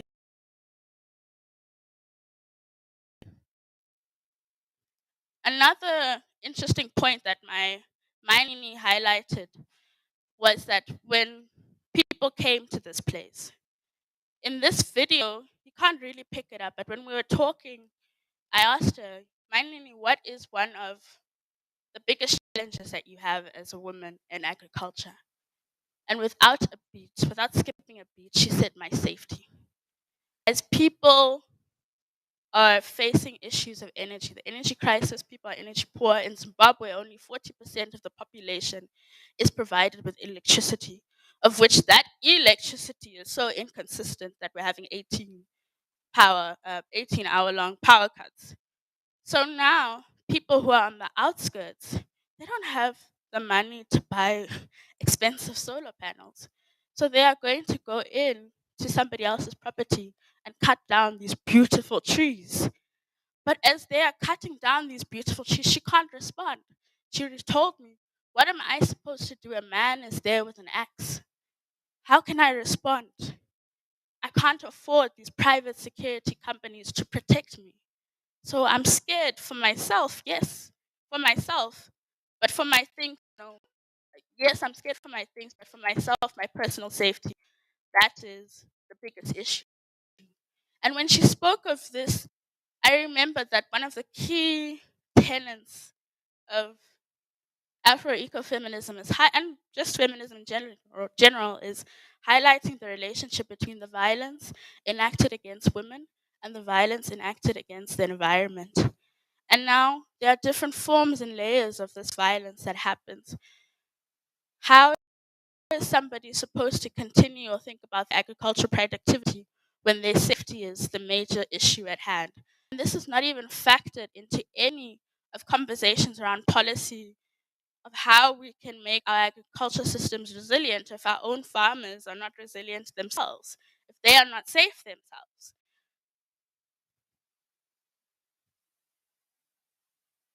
So this is the description of this tree that Manini was speaking about.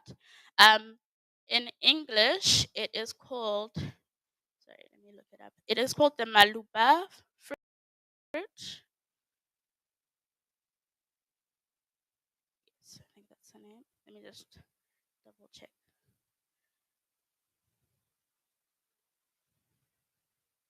Yes, the mabula plum.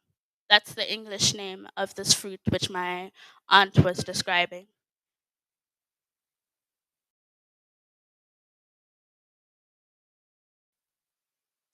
So as we're walking sugar bean farm, we stumbled into a crisis.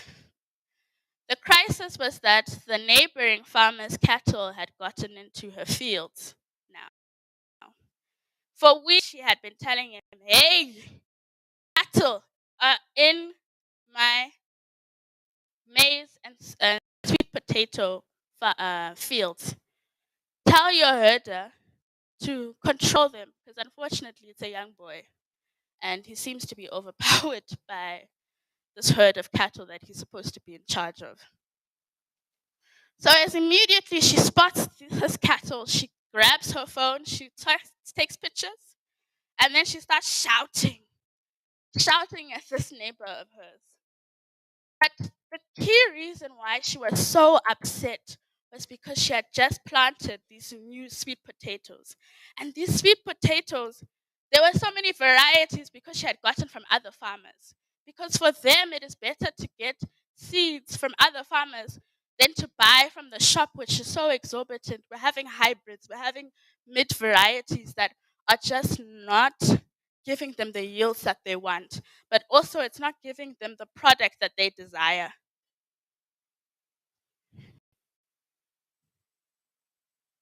So in these pictures, now she's checking, she's digging to see, do I still have sweet potato? Did this cattle eat everything? And I went my older brother, who's also a farmer, and he specializes in sweet potato. And she was particularly worried about this variant, which was white but had purple inside, which she just discovered a couple of days ago. And she was so excited. And she said to us, I don't even know the name of the potato, but I love it. Where am I going to find it? Because she forgot which farmer she had gotten it from. So now, as this story is happening, I'm thinking to myself, but when we read feminist texts, we remember that seed sovereignty is a core aspect of our work. It's a core aspect of theory, of the ability of farmers to save, to sell, to exchange the seeds they have control.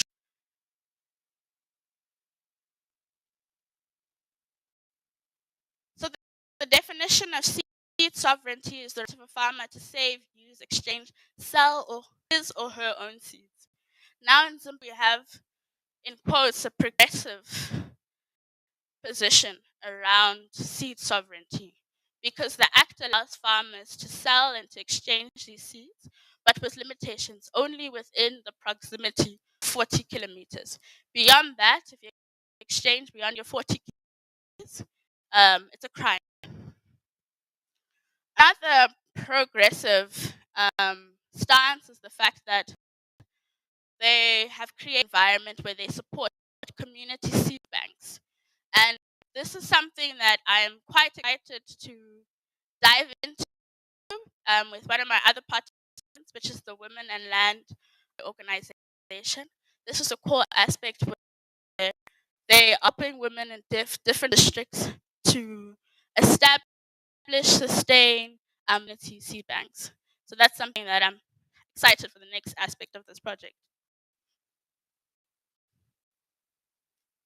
Then I go on to Aunt. Auntie Titi and her husband, they have a pretty large scale farm, and they've had it since 2000, the early 2000s. And it came against the backdrop of the third land program, where a white farmer, who I suspect didn't want his land to be distributed, decided to sell as a going concern. So he sold the land, the business, everything to them, and they took ownership of that. At the time, he was growing about 10 hectares of tobacco, and that was it. When they came on, and to be quite honest, and even her husband says it, that this project, my wife's project, I just support. She does everything. So the pictures that we're taking here, they had a field day at their farm. They're currently doing a macadamia plantation.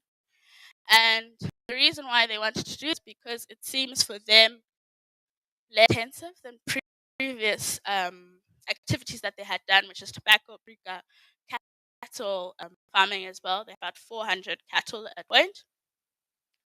And now, from her own experience, she wanted other farmers, but particularly female women farmers, to learn how they could get into macadamia farming. And she established a tree from the first harvest that they had done.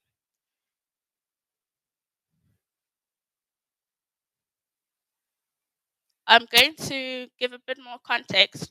In this video, she is sharing how she came about with the nursery, why she came about doing it, how she was able to get information that was not supposed to be given to her, and how she likes young people and technology.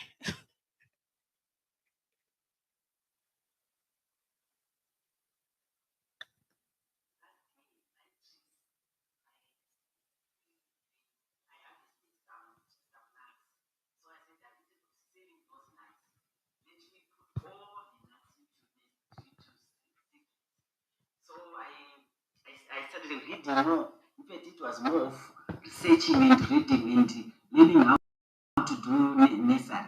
So I did that on my own because I had to read. So, but I didn't want to make a mistake. So I went back again to Chipingi to a guy called, there is a white guy known for doing nursery. Fortunately, he gave me free information. I really thank him for that. So he taught me how to do the nursery. So, but he didn't give me enough information which I wanted, like the type of phrases he uses. He was very secretive on that.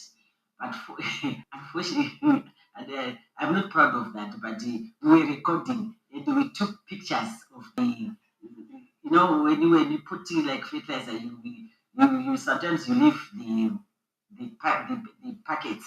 So we took pictures because I went there with my two with my niece and my daughter-in-law. So these days these kids are very educated.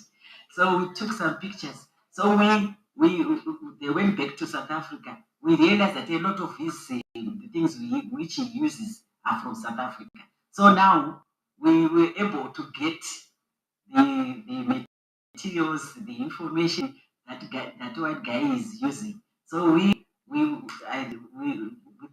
kept with that. We started doing our own seedlings.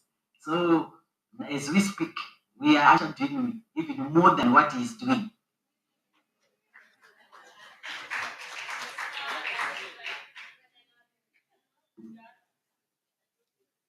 Now I go on to my third participant. I'm not really a fan of that word, but the third individual who's part of my study, my Nyaruwata, who is an agriculture extension officer. Now, agriculture extension officers, or this has often been said not to cater to female farmers' needs because they don't understand, or they have understood farmers to be men, so they cater to those needs. So when they're doing their activities, the time that they do those activities, don't consider the fact that there might be household duties, there might be other issues that women farmers are addressing. And they also do not think that they are at the scale at which they might need their services. So I was quite interested to interact with Viola as she was sharing her experience and how she became an agri-tech. Her journey started off in secretary school.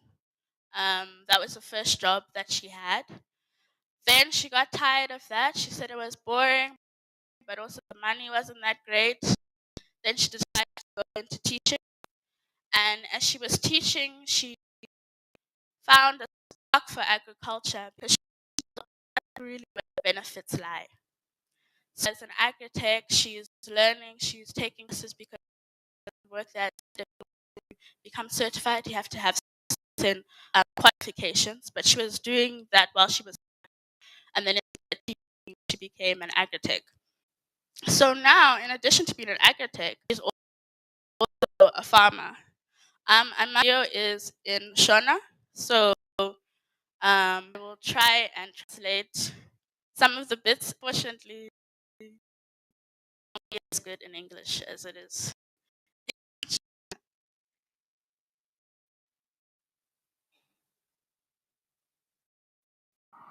Saka ndiri kurima mombe, ndine mombe shoma shoma ndakatanga nadzo semunhu womukadzi. Then tibva taembawiwa futi newomen bank vakutipawo mari yekuti tange kuitawo maprojects ehuku. Saka takapiwa mari newomen's bank tichibva tatanga maprojects ehuku. Kazhinji ndo dzandinonyanyoita, ndinonyanyoita mabroilers. Saka tinodzitawo part time. Then tinoita mabroilers tine vanhu vedu vakomana vanosara vachitiitira mabroilers edu tichienda basa. Saka tinokwanisawo kuti kubatsirawo mafama nyanya nechinhu chauri kuitawo practical. And also ine ndinoita chibage. Ndinoita chibage chakati wandei nesoya beans necarbot culture. Ndisati ndanyanya kukura because tichiri kugadzira irrigation mbichana. Saka tichatodzokera futi kuwomen's bank kuti tikumbire futi mari yekuti vatipowo equipment yeirrigation, vatipowo mari titenge equipment yeirrigation, tisarambe takadzokera kumashure. But for now isusu vakadzi tirikutonawo tichikundawo vamwe varume, vamwe varume havasi kuteera kwandiri. Munda ndinawo, mombe ndinatwo, huku dzangu, musha wangu ndinawo, nepekugarawo pakati asi pakanakawo pasingatoreki. Kombewo nekudharawo pana ndichiriwo ndaita zvesekretarial. Ndinoona kuti kuagriculture takakwanisa kubatsirikana zvakanaka zvakanyanya. Saka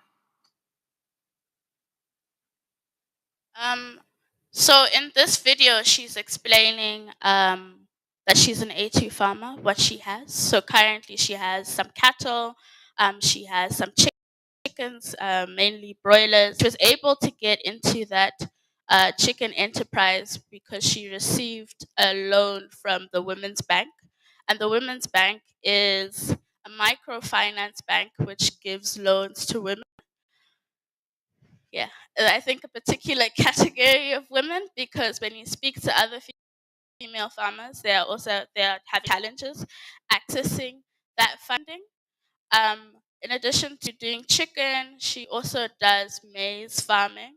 But I think something that really interested me was when she spoke about how she's doing a lot better than men who are wearing suits and ties. They can't touch her because she's in agriculture. But I took her information with a pinch of salt because just before we met, she had to do some work, an Independence Day party at a district level. This is in May, mind you, and we had our independence celebrations in April.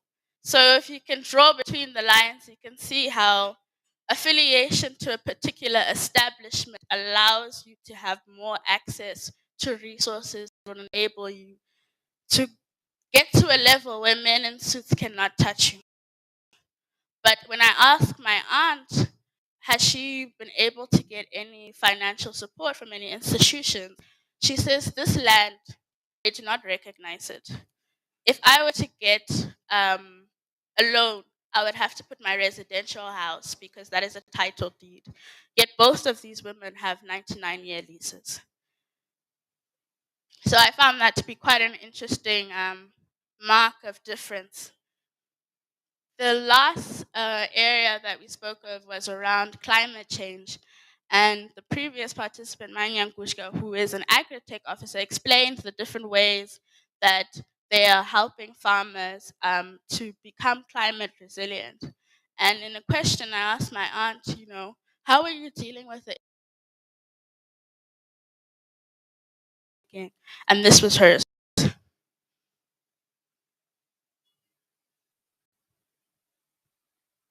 Staged. Sometimes it is in October, sometimes in November, and sometimes it doesn't even come early. And then if it comes, you can have, like this year we had a problem. The land was too wet, and you can't do anything. Our potatoes all got rotten because of the rains.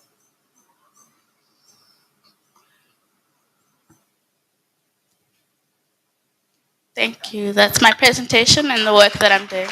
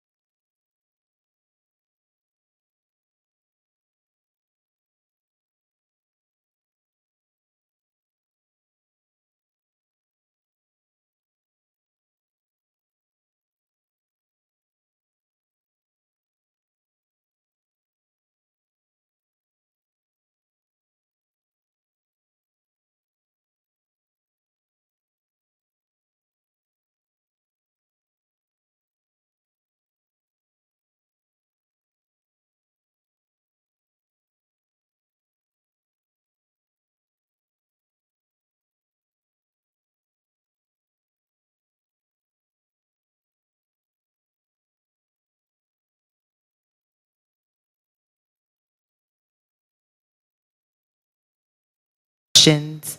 Mishy, you mentioned about linking climate change to SRHR and to other issues. And I thought it would be good to give you a chance to just say a little bit more about that for those of us who work in this space of how we better do that, especially as African. Good to hear your thoughts on that. And then my second question is, a lot of the conversations around COP and around Bonn, for example, and the participation of African countries, especially based on Natacha's presentation, that this is not our problem. How do we truly use those spaces to fight back? Like, what does that look like in those spaces? Because for me, I'm just ready to give up on all of these spaces and only show up to hang out with my friends. So, if that's not what we're going to go do there, then then what does that look like?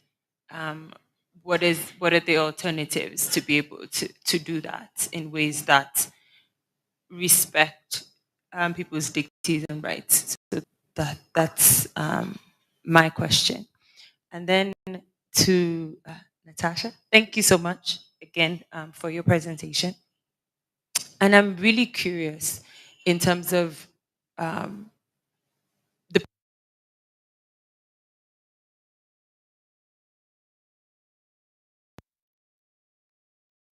it being the problem of Western governments. I'm curious, do you think that argument and that framing works really well for Africans, especially those who are activists in particular? Because I would be really curious, because I'm wondering if that framing would be useful beyond just that conversation. Thank you. Thank you so much. Thank you, Chido.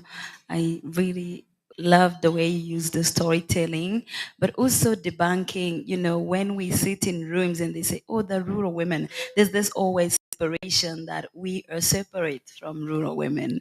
And as a person who has roots in my village where I go all the time, my relatives are there, there's this quest to paint you as just an elite woman, as you appear as an individual. And it's rooted in capitalist understanding of community, because we have our families, we have roots in these communities. So that narrative of isolating rural women as some people that we are unrelated with, I think it's very, very important to bring those stories and to show that these are our families. And also you touched a lot on, the shifting narratives. So as an African, most of the stories that have been produced about Zimbabwe have been racialized. Land is next to white man. Zimbabwean land is next to a white man. We're talking about new land acquisitions, of course, in other parts of Africa, but places which have been settler colonies, the land question has always been, very contentious. So it's very important. And whenever the question of land in Zimbabwe and white people, of course, the white person is the efficient capitalist who's going to make Zimbabwe successful. The black people cannot handle the land. That dehumanization is what we've been fed through the media. The world has been fed for the last generations in this question of land. So that's why it is very, very imperative for us as African feminists to really bring our own narratives and say, this is our land. The women know the land. They have the knowledge. So thank you so much. I thought that was powerful.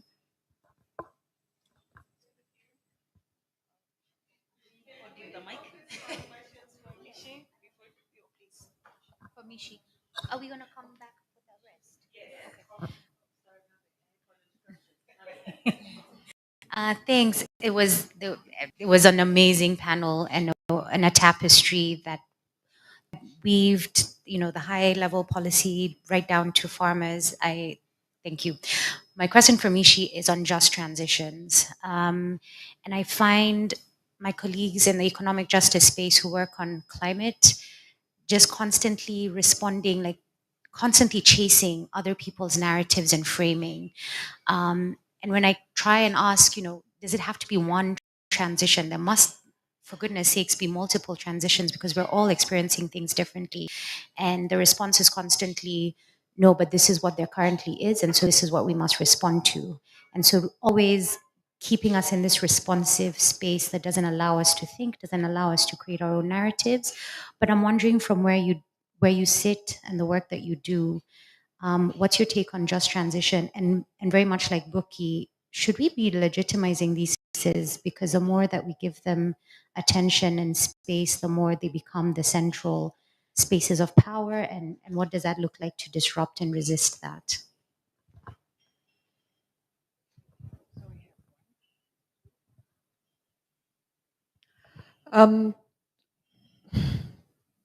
I don't know how many of you have heard this, but the lakes in Kenya are rising. The water levels of the lakes are rising to a point where, for those of you who've ever been to Naivasha, there are certain hotels that you used to enjoy that the water levels have now come back to a point that you can no longer go to those hotels. Those hotels are closing down.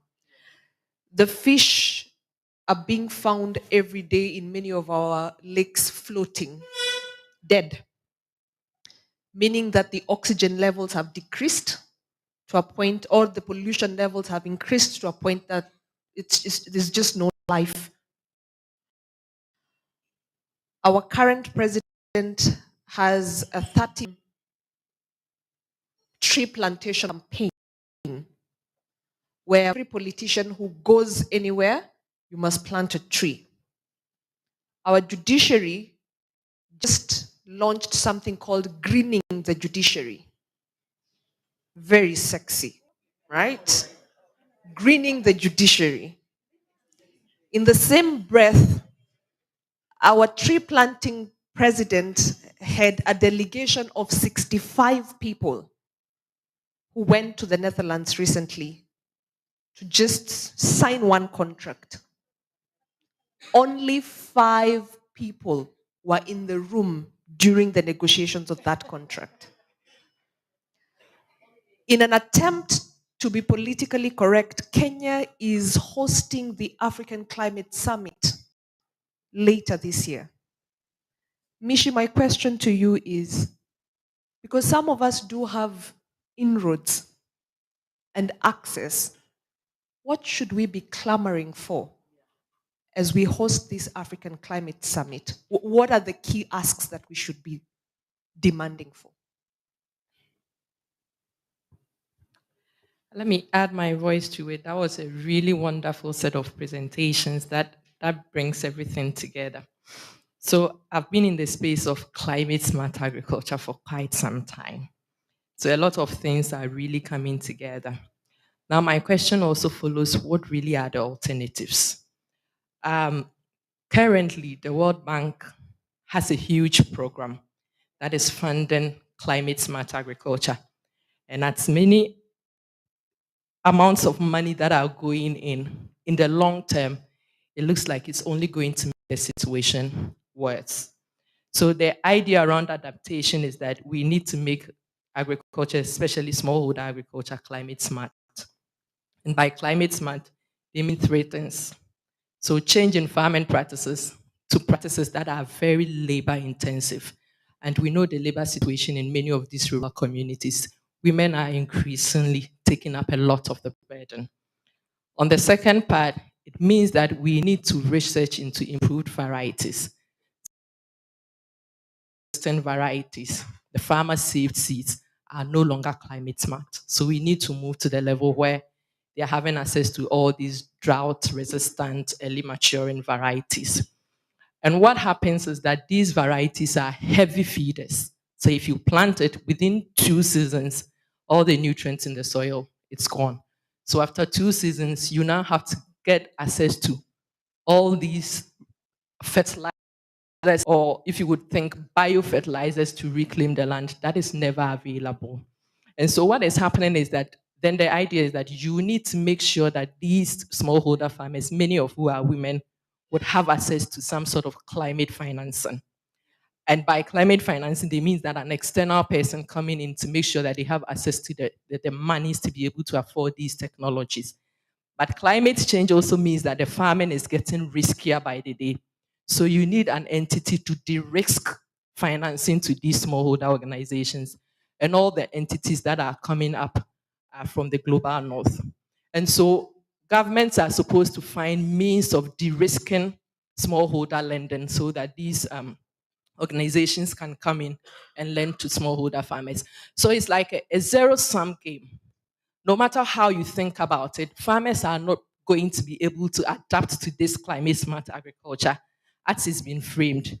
But the tricky thing is the initial set of inputs on these improved varieties are usually given freely. So then they set the farmers on a road to feeding into this constant need for these pesticides and fertilizers and inputs that are never available. So currently, we are food insecure, the entire continent, but in the next 3-4 years, it's going to get worse because then the rate at which we are absorbing, we are extracting nutrients from the soils is getting worse because of these improved varieties. And yet, the World Bank is on again with a huge food system resilience program that many of our governments have signed up to. And at the core of the program is sending monies to these centers of excellence across the continent to breed new varieties again. And this is what they intend to say that it's climate smart and we are sending to farmers. So it feels like our governments are sort of caught up in this system. It looks more like there isn't an alternative. But if we don't have an alternative, the issues are going to get worse by the day. So my question is, what really are the options for the alternatives? Okay, can I just ask for your question to be brief? Oh, okay. I'm gonna do my best. Um, I'm not a climate expert. I tend to avoid this space because it does my head in. It really makes me feel like my brain's about to explode. So I'm hearing that there's going to be a big climate summit in Kenya later this year. And I want to put a proposal in in the room for the people who are in this space for you to consider. One of the most powerful events that I've ever been to in my entire professional life was the alternative mining in Daba. As you know, the mining in Daba happens in South Africa every year. It's the biggest meeting of mining companies all over the world. That's where capital goes to gather. The alternative mining in Daba is where nonprofit civil society goes to gather, and it happens at the same time in parallel, and usually culminates in a big protest at the mining in Daba. However, as it's become more and more civil society, it became the one that I went to. People got really frustrated because the alternative mining in Daba is really women in extractives. It is really people who walk from Ruston or take buses from, Rustenburg, I think is the place, and come and gather and talk and do their thing. It is very, very grassroots, has been historically, but then there's been friction as has become more NGO formalized, things like that, and PowerPoints and everything. So there was an alternative mining in Daba. And this one was really just a powerful space because it was an unconference. It was taking apart the conference paradigm and gathering extractives who were giving testimony in their own languages about their experiences in mining. And it was very organic and things like that. And the end result was the final protest that went to the alternative mining, to the mining in Daba, was much more explosive than it would have been if it had been led by, I hope no one here works for the AU, the African Union, which was guiding the alternative mining in Daba. So I want to put this on the room for people to consider. Is it possible for a platform, an unconference of rural women in agriculture, maybe possibly just from East Africa, just because of travel logistics? Is that something that we can put on the table and envision and bring people together to talk, to frame climate change not as this big state-driven thing, but as a challenge facing rural African women? What are their concerns? What are their priorities? And how can it be done? The reason I'm hesitating as I put this forward is because I know the tendency in my country, and I know my people, is we propose these things and then 2 months out, naomba serikali, we have to bring the government in, and then the government takes over, blah, blah, blah. It becomes boring.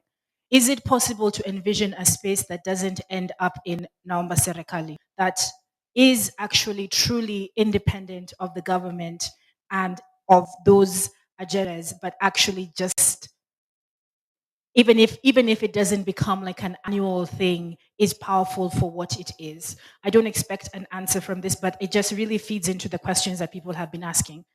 What's the alternative to engaging in these spaces where we're just going to be second best? Thanks.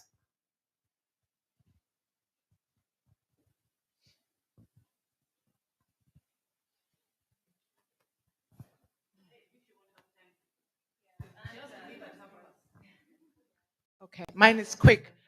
Just a connection that I thought of between, and thank you so much for the presentations, between Natacha's presentation in particular and yesterday's conversation about the anti-homosexuality bill. And I think framing these issues around the question of the new scramble for Africa and how it comes in many different ways and forms, with its various implications, I think is maybe one way we can start but your presentation really highlights the relationship between the continent and the outside and the different kinds of ways in which the cycle of extractivism keeps on continuing and being maintained. But the one question I would have liked, seeing that the problem of the global, at the global level, the problem of the negotiations and participation. I was just wondering whether maybe from the Mozambique or Zimbabwe, or even your experience, what are the possibilities for policy dialogue and discussion at a local level, and maybe even at a national level, knowing that there are still many different competing interests that must be operating within these spaces and there's a level of contestation. But is there a case for boosting policy dialogue between different actors at the national level? Thank you. So I'll give the microphone to Mishy to respond. Thank you. I feel really sad that you have to leave and to leave soon, but it was not intentional. I have to spend my next 2 weeks in the corridor of Bonn negotiating for climate change. And my flight is scheduled to leave there on Saturday. Unfortunately, the wisdom of the Germany embassy, they decided to hold my passport. So I have to come here with a temporary passport. So I have to be back today so that I can pick my passport tomorrow to be able to fly on Saturday. And hence the rush. But I'm really sad that I'm leaving. I should have been here and spending time and addressing all these questions. So I think the first question on linking SRHR and climate, I don't think we need to do any linking. Like the links are there, right? Like it's not us to create to obstruct connections. I think it's just us to be intentional on what we want to see and want to document and the stories that we need to tell, or narrative that we need to write and research that we need to invest in. And I think for me, part of how we can do it is being intentional on creating bridges between movements. Like we operate, like with all fairness, we operate in a very siloed movement. Like the economic justice movement doesn't speak with climate justice movement, does it speak with SRHR movement? So I think the space like this and the program like this, that's why I tried in my amateur way to have my keynote like trying to connect, because that is one thing that I've been campaigning every time, that can we have a systematic approach to our movement? Can we bridge the movement? Because in my very selfish way, I think we don't have right to demand government to have the system approach, to have coherence in their policy, the ministry to speak to the next ministry, if we cannot do that ourselves, right? So I think it's just an invitation for all of us to speak, to connect more, and to research and to observe our life. Part, I think, of the lie that we have been told for so long, that climate is about nature and this abstract and it's about animal. For so long, it has been the image of climate was a teddy bear, right? Uh, until recent, that now we are seeing Africa, the image is a drought. So it's really an intentional effort to correct that narrative, telling more stories with our lives and how to connect it. It saddened me to date, even in the climate space within the continent. We don't speak about urban realities when it comes to climate change. Like our climate conversation is about land, is about agriculture, is about rural, right? Because we have that narrative. So I think it's just an invitation for us to do more. The next question was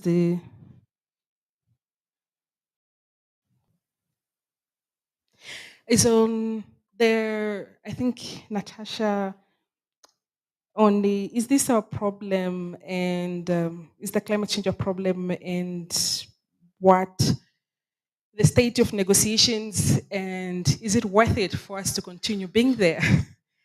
I think that was my question for you, and it's so unfair that you returned that question to me. But the thing is, I think you had that conversation on the first day, that there continue to be power and stake in these UN spaces. Unfortunately, corporations know that power. And that's why they're investing every dollar they have to own that space. As of now, the UCOP, it's fair to say it is being captured by corporations, right? And And they clinch to every single decision that has been made.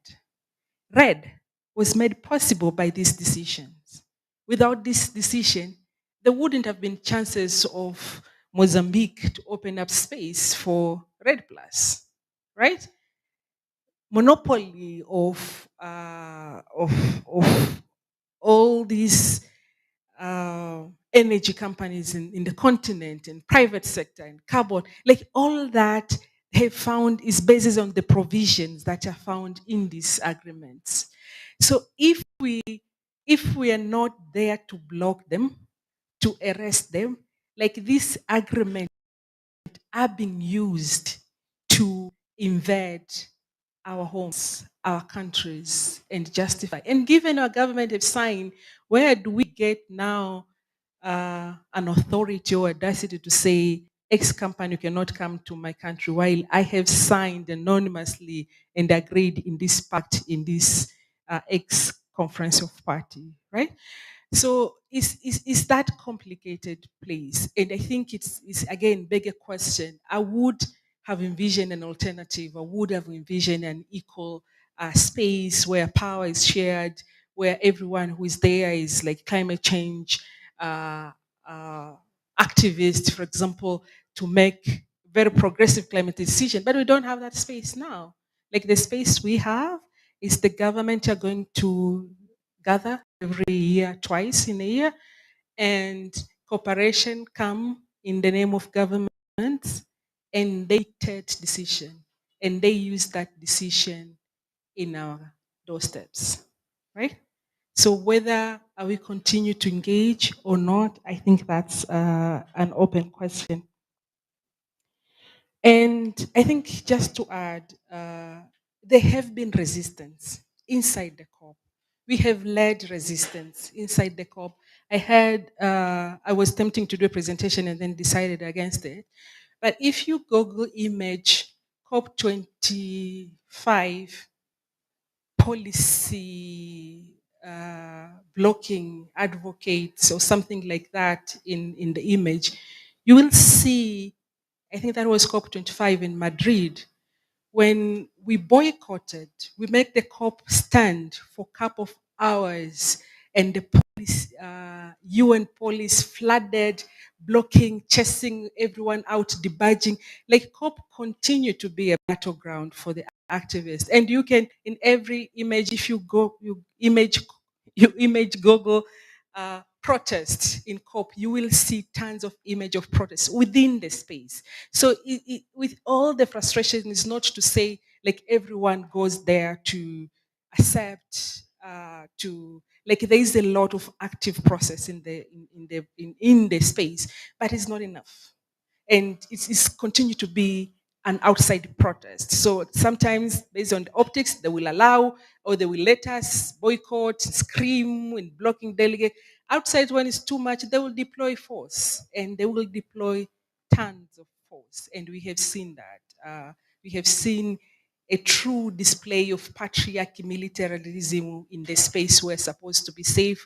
We did petition, we scream about it, but that's the reality. Are we justifying to be in this space? I think I have asked that. The question of justice transition, I think I agree with you, Crystal, that we're catching up with this concept. I continue to ask, are we transiting from where to where? Is the transition of the US, this should be the same as transition of Tanzania? What are the bases to transit? Like I'm supposed to be where to transit to where?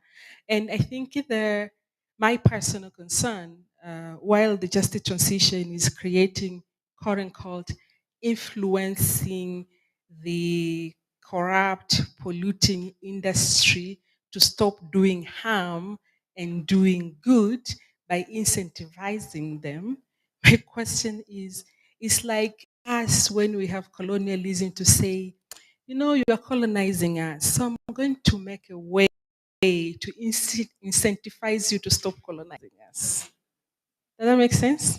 So we are building all this infrastructure to incentivize companies to transit from dirty to green. Like the resources that would have been used to community now will be given to mining company to support their transition, creating yet another layer of the polluters to getting the little finance that is there, right? So it's a complicated conversation. And because this, I think part of the challenge, as you say, like catching up and being in the space, like this justice transition has really been led by trade union because they want their workers not just to be, for example, laid out. So they want companies to commit, they want companies to be supported so that when they transit from native to green, workers doesn't lose job, etc., etc.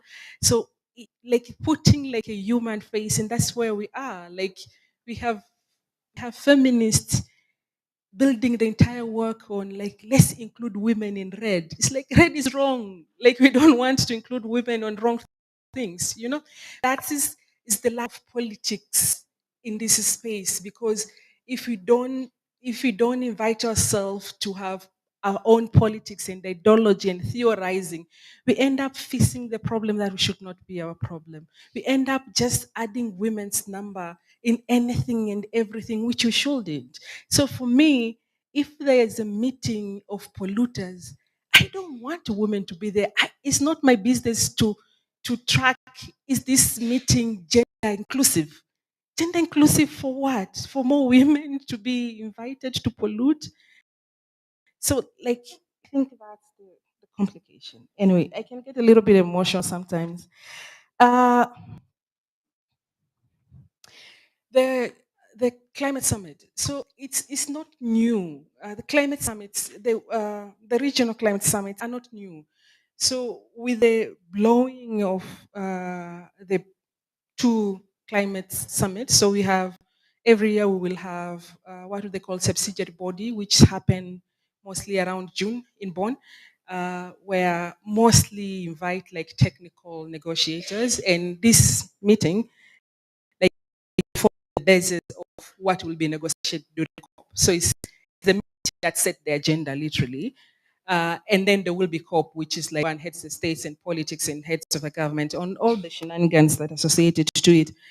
But then there was invasion of another layer of climate tweaks. And this now rotates from one, like every region have their own climate tweak, and within the region rotate from one country to the other. So it's not new that Kenya will host this meeting. It's just that Kenya, being Kenya, is giving it like a flair, right?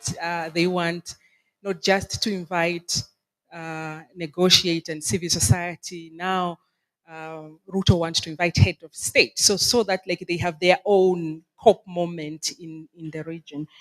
African Union has a very detailed climate architecture. So you have what we call CAPOSC, committee, usually between 8 and 9. And the way they have made it, it was supposed to be the chair of African Commission is an automatic chair of CAHOSC. And this is head of state level. It's only just last year when the chair of African Union refused to automatically be the chair of CAHOSC, and then they have to pass it to Uhuru, will pass it to Ruto. So it is in like Ruto's mandate as the chair of CAHOSC to host this meeting.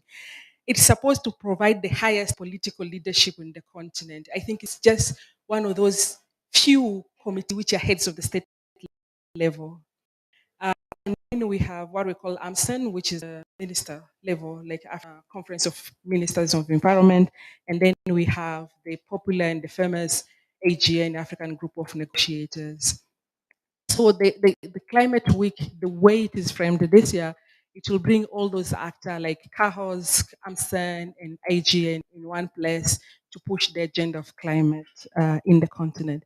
So for me, I think, and I'm excited about Nanjala proposal is if we engage in this space, I think it's a space to have conversation with ourselves, because there are conversations that we cannot have in the COP, because in the COP I cannot, with my conscious African Pan-Africanism and feminism. I cannot sit in the one room with you there, Kenya there, and start insulting Kenyan government, even though they may get meat, right?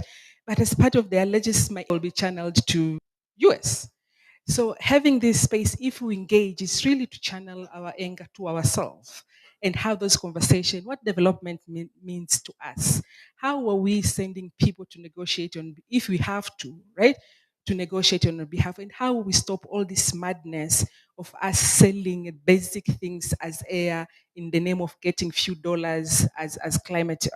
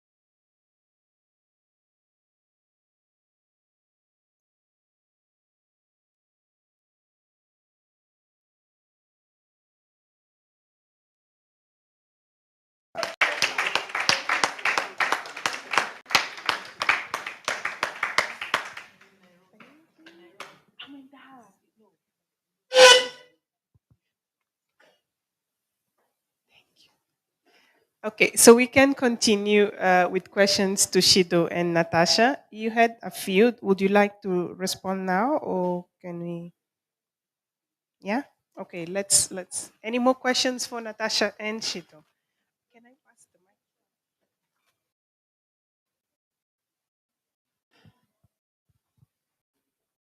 mic? Okay. It's not a question, but add on to Chido. You have to understand Southern Africa to know how agriculture works. When we say white people, and Rosemary is not here, when we talk about white people owning land, it's not like Uganda or East Africa. We are talking about a situation where a farmer or prospective farmer would ride his horse from 6 to 6. And whatever area he covered was his land.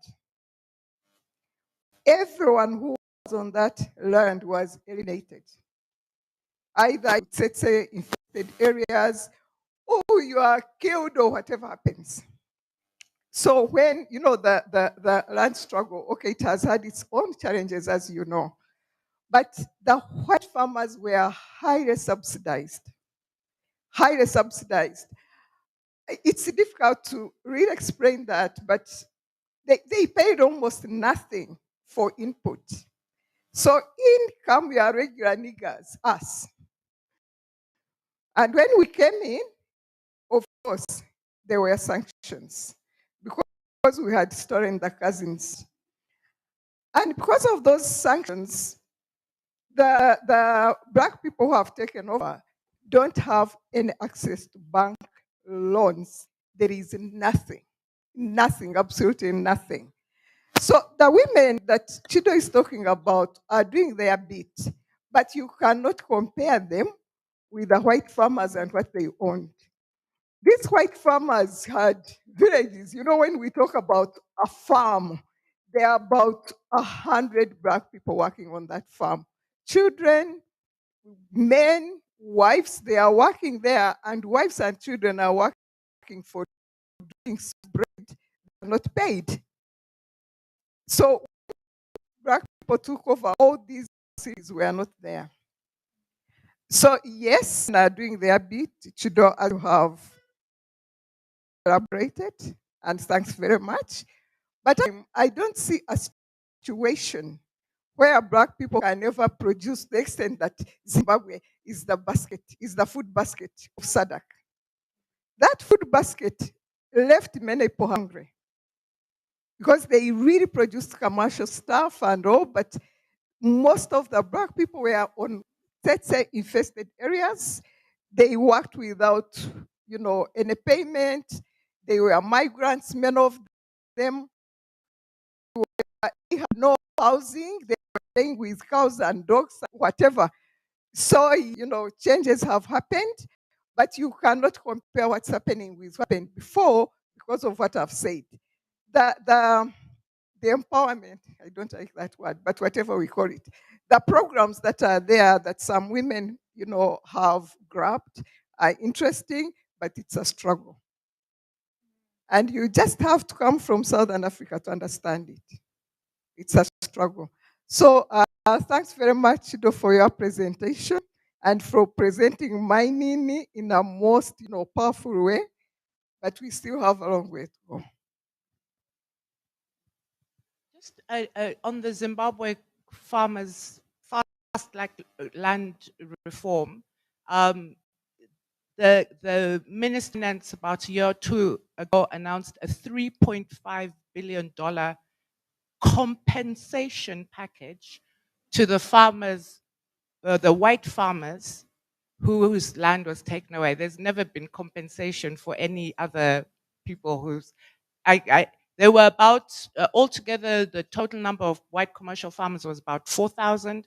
I think the ones who are included in this package may be about 3,000.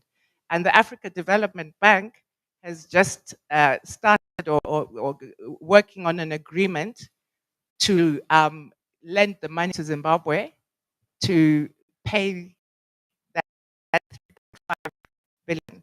Officially, our GDP figure of Zimbabwe is 28. There's a long way to go. Thank you. Thanks, Chido and Natacha. And I think your presentation spoke so well to each other. And Natacha, as you were speaking, it's very clear to me, this is not you need to fix your problem. The thing that we need to fix is the impact, but also we have bigger problems. Not like we're struggling to feed ourselves. And I was reading a paper from the Post-Colonialisms Today project, and Africa was 93% food sovereign in the 70s. And we've gone so far back. And I was listening to Rose Maruru, who does a lot of climate analysis, and she was talking about how the amount of electricity that is near is the same amount of electricity California uses in the same year, but for PlayStations alone. And so what are we transitioning from? Like, there's nothing to transition from. We're still trying to like have lights to have, do surgeries in our hospitals that have nothing anyway. So what language, what's a language to use to be able to push back on these narratives that are constantly drawing us in and really just being like deterrents or like distractions to the work that we should be doing, which is still just the same old grind of pushing back on extraction. And for Chidi, I love your work. It's amazing. I was just writing to Elizabeth, who runs our knowledge portal, and she was like, of course I know Chidi's work. We have it in our knowledge portal. And so like really congratulations for the work that you're doing in such a different way. I was really interested about in the work, the narratives around seeds. And it was interesting that it's illegal to trade beyond the 40 kilometers beyond the 40 Ks. But in Kenya, it's illegal to exchange seeds at all. And so what's happening is that we're pushing farmers to buy seeds, and the seeds come already lined with a pesticide. And when you plant the seeds, it destroys everything in the soil. It kills the worms, it kills everything. And so the soils are dead, but what it means is that you then go and have to buy fertilizer to fertilize your seeds, and the seeds can only be planted once. Once you plant them, it's over. And so there's a growing GMO conversation, and the narrative is, oh, but it's unhealthy, the food that it produces. But the real question is sovereignty and our ability to choose the food that we eat and what sort of food. So Kenya has lost about 400 types of indigenous fruit and vegetables from our diet. And in its place, we're eating the whitest ugali, we're eating cabbage with like almost no nutritional value. And there's a need for a reclamation of our own food, our terere, our managu, like all things that we ate and that were nutritious. But that's gone. And so I worry that it's also coming your way, this idea of taking over with privatization on the type of food that we grow. And is there any movements that's beginning to think about how to push back? Because the seed banks in Kenya are now like these guerrilla type, exchanging seeds undercover. And it's unbelievable.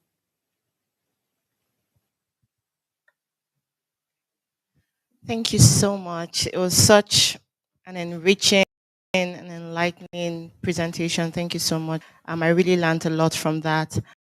A few years ago, I was part of a team that researched on the farmers-headed conflict in Nigeria. And going in, the assumption was this is an religious conflict and it's just religious intolerance. And the question was, this a group of people? So in Nigeria, the Fulani community is the nomadic, historically Muslim community, and then the farmer community, predominantly Christian. And they have lived together historically for many years. And yet now they're in conflict and it's been on for over 10 years. And so it was, what's causing this conflict and why is it unending? And we went in and we found that the real reason for this conflict had very little to do with ethno-religious intolerance and more to do with the grazing path that has now been eroded as a result of climate change. So it was really a scramble for depleting natural resources and a failure of governance. But how does this impact women? It did not only take women away from their homes, their ancestral lands, it also, they lost their means of livelihood. They lost their children, and for some of them, they lost the breadwinners of their homes, right? And more importantly, they lost their traditional health systems because now they're forced to live in IDP camps where the traditional birth attendants, for example, are all dispersed in different places and they have to rely on public health care that is inaccessible and also very expensive. And so in a conflict like this, you also see that rape becomes a weapon, right? So women are exposed to all forms of sexual and gender-based violence, exploitation of the worst kind. So there goes the link between climate change and how it links to sexual and reproductive and human rights. So it's really like when we think about it, like you said, it's really not just, it is the environment, but it's also its impact on us as human beings and the ecosystem. So just thank you so much for shedding light on that. Thank you. Thank you very much. If we have no more, you do? Adding my voice of thanks and appreciation to all the presentations today and just bringing to light the importance of being really focused on what the critical issues are. And I think this has been the thread throughout this conference, as if we're taking a decolonial lens to all the work that we do. There has to be a different form of engagement. And thank you so much for bringing that out, right? Through the storytelling of the people whose lives are impacted, of the women whose lives are impacted, but also of highlighting, is this really our issue? Now, it seems to me that in terms of our asks, and I'm putting this on the table, there must be, even with climate justice, there must be some reparative justice element asks that we must put along all the work that we do, right? But also, there must be some organizing that we do, right? That create the interconnections. Yeah?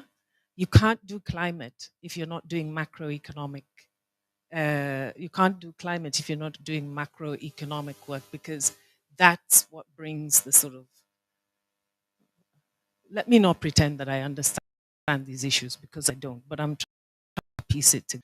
So if we were to have a feminist vision of climate justice, what would we think are some of the reparative asks that we would make? What are the reparative claims? Because right now it's the, what is it, the fund that they put 100 billion in, that loss and damage silly thing that they've put 100 billion in, and that all of us are expending all our energy on. So what would be the reparative claims, right, in terms of climate justice? And then I think for all of us is what would be the organizing imperative, right? Yesterday, Lynn suggested that it was social reproduction, right? That must be the frame that feminists look at in terms of the state, in terms of the macroeconomics, in terms of, all the other. So I'm just trying to lay out before I leave here, how would you piece that together in relation to climate justice?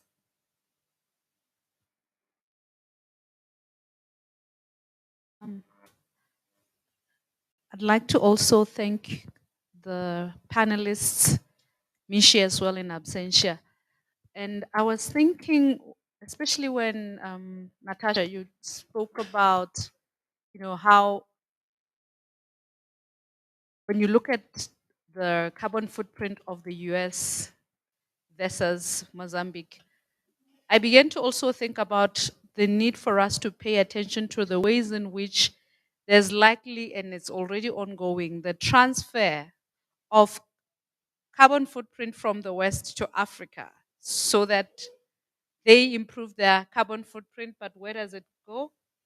It comes to us. So to just to protect that 70, the figure that of carbon footprint in Mozambique, because what I'm seeing in Botswana, and unfortunately it is falling into, just this week, everybody's laughing at us about it, but our government imported 162 bulls, flew them from Texas to Botswana for 24 million US dollars. No, listen to this.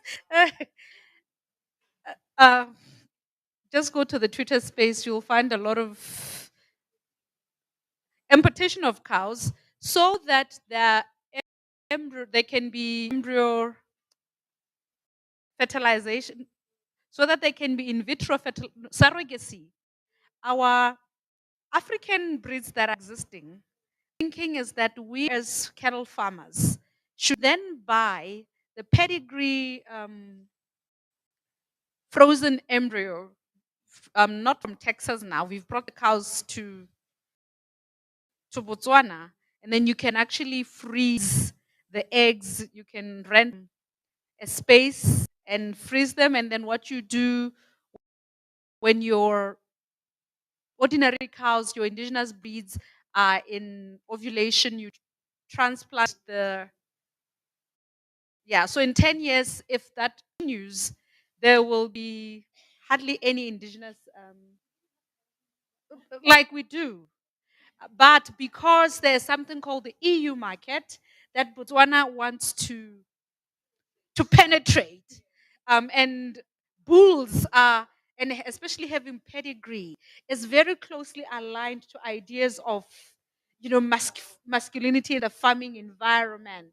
So if you are a man and a cattle farmer and you have pedigree, it's like you are pedigree, whatever that means. And so it was seeds, now it's going to be cattle.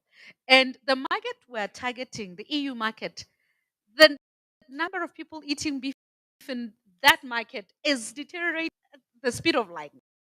So we will decimate indigenous species of cattle. We will have these pedigrees, basically import carbon footprint, because cattle, beef, the beef industry is one of the highest emitters of carbon footprint.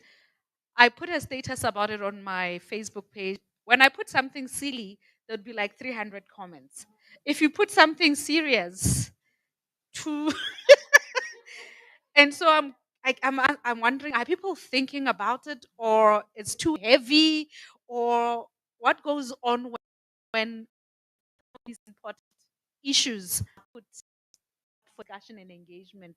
So yeah, I was just thinking. Thank you. Can we have those two as the last two questions before we go? Okay, so thank you. And my question ties back into the Red Plus initiatives.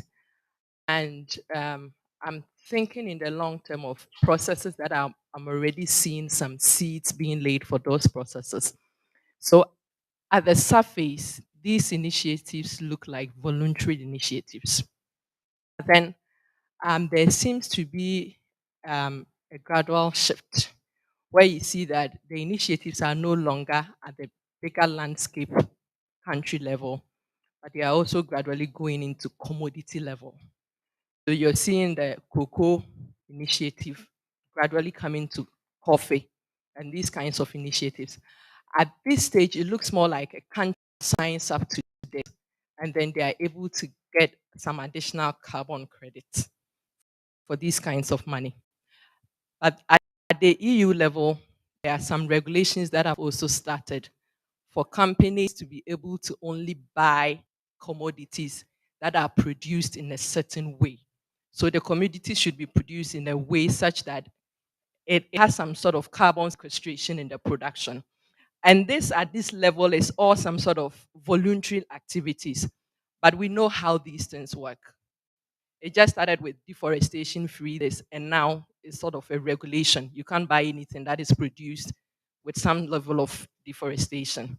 So, I mean, I'm thinking in the long term, the potential of this thing moving from a voluntary kind of sign up to a level where it becomes some sort of regulation that you can only buy a particular type of commodity if it's being produced within a Red Plus landscape. So then it becomes like you don't really have any option anymore. And we know how many of our countries are set up and locked into this kind of commodity production. So how do we also really think in the long term of the potential of how these voluntary standards metamorphose into stuff that you can't do anything about? How do we escape that?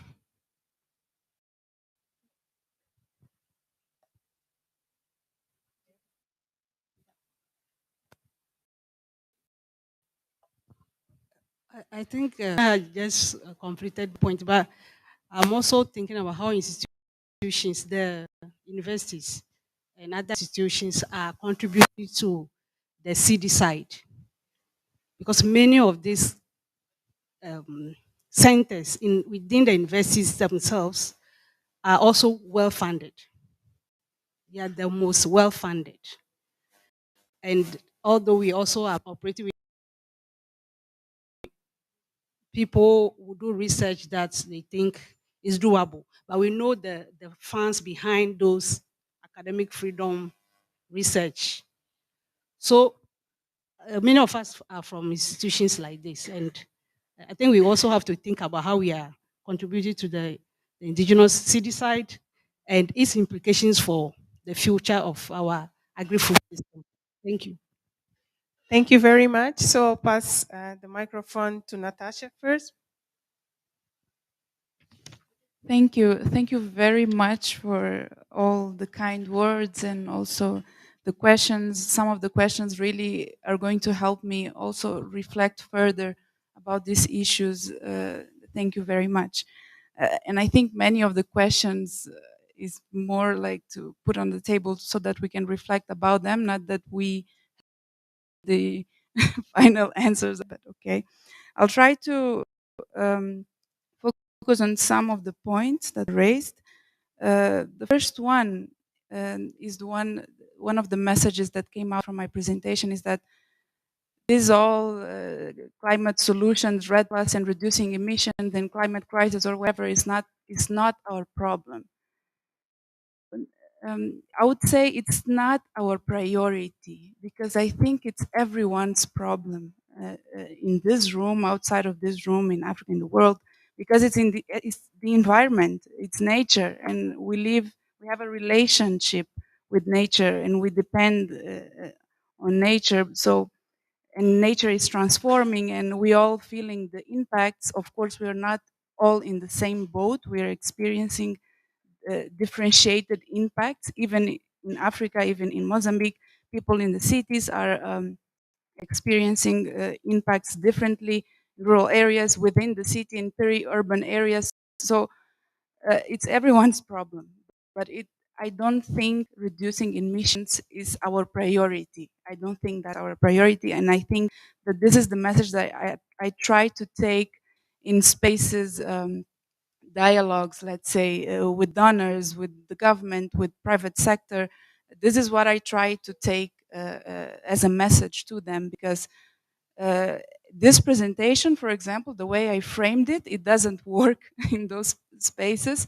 So I try to frame it in a way that they first understand my language, and second, they don't have a lot of space to what I'm saying. And I do this by showing what they like to see. They like to see evidence. They like to see numbers. And I try to some of the numbers here. I try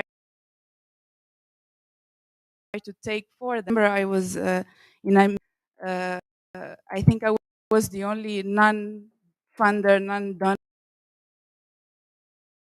The World Bank was there, the Agency for Development was there, a lot of banks and donors, biofunds, climate funds, and more or less the same topic, but in a different way. And they were like, the only thing that they respond with, think that maybe we should increase carbon. Yes, this was because Mozambique already sold carbon credits, and we sold for $5 a ton.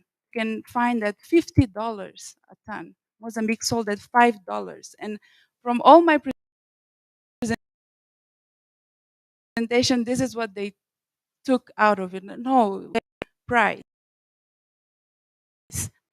in those spaces, and to bring well, critical thinking into those spaces. But I think it's worth it. I think it's important to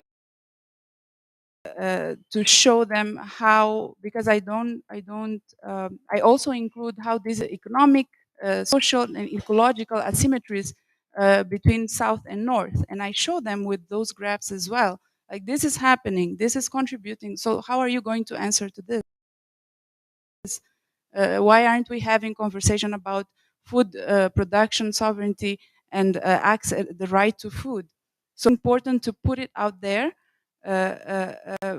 What's the impact of that? Well, we we have to hope that in some way, at least, redesigning some. I um, underline the importance of participation, because in that same meeting, one of the guy from the World Bank, he was saying, no, but we have to rush into deciding if we enter this market or not, because Mozambique is going to miss, and this and that. We have to decide. And I said, no, you don't have to decide. The people that are being directly affected by these projects, they have to decide. Have you listened to what people have to say about this? Have you, like, did you go to Gilet, to Masingir, to Zambezia, and listen to the people that are directly affected with these projects, and listen to their sorry, their problems and their priorities, aspirations, and then silence? So it's important to call the attention for these matters, because it is important to us to prioritize participation. And I'll build a bridge with this same space that we are right now.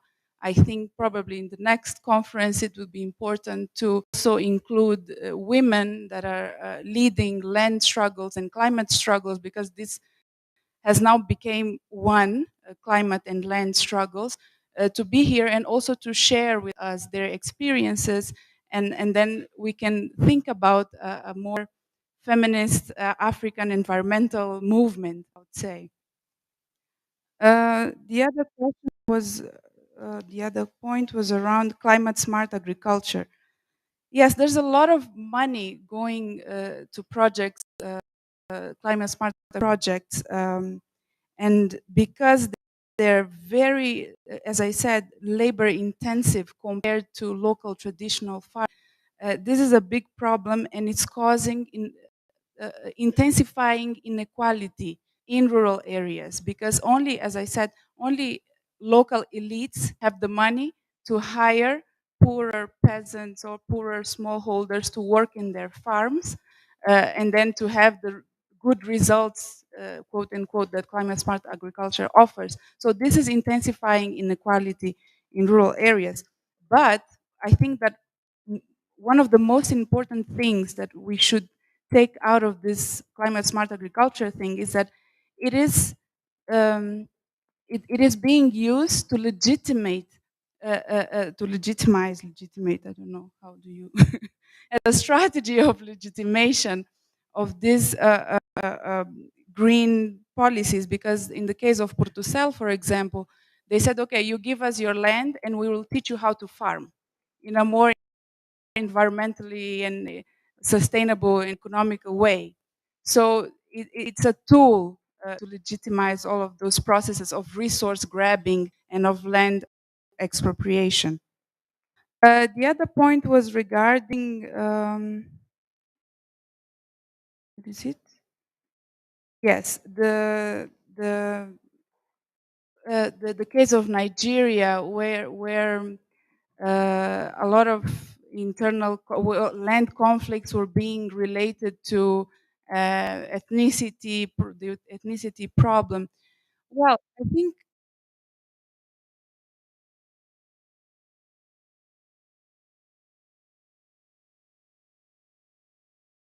from my experience, I've also seen that in where capitalism is penetrating in many different ways, and I call, for example, the case of Masingir, which is a part of the Limpopo National Park, shares with Zimbabwe and South Africa. In that particular area, we had investors going after a space to build, to reconstruct a dam, investors going after the conservation area itself, and investors going after land to produce ethanol biofuel. So a lot of people were displaced, and some groups of people were displaced twice. First, to give space to the dam, and then second, to give space to the conservation area. And what happens? And they bring this they take all of the people and put them in the same community, and you start seeing conflicts over land, conflicts over water, or like we only have one school, but we have thousands of people. We only have one. It's not hospital, Centro de Saúde. How do you say? Yeah, yeah, health unit. Not enough services to everyone, and people start fighting over crumbs, right?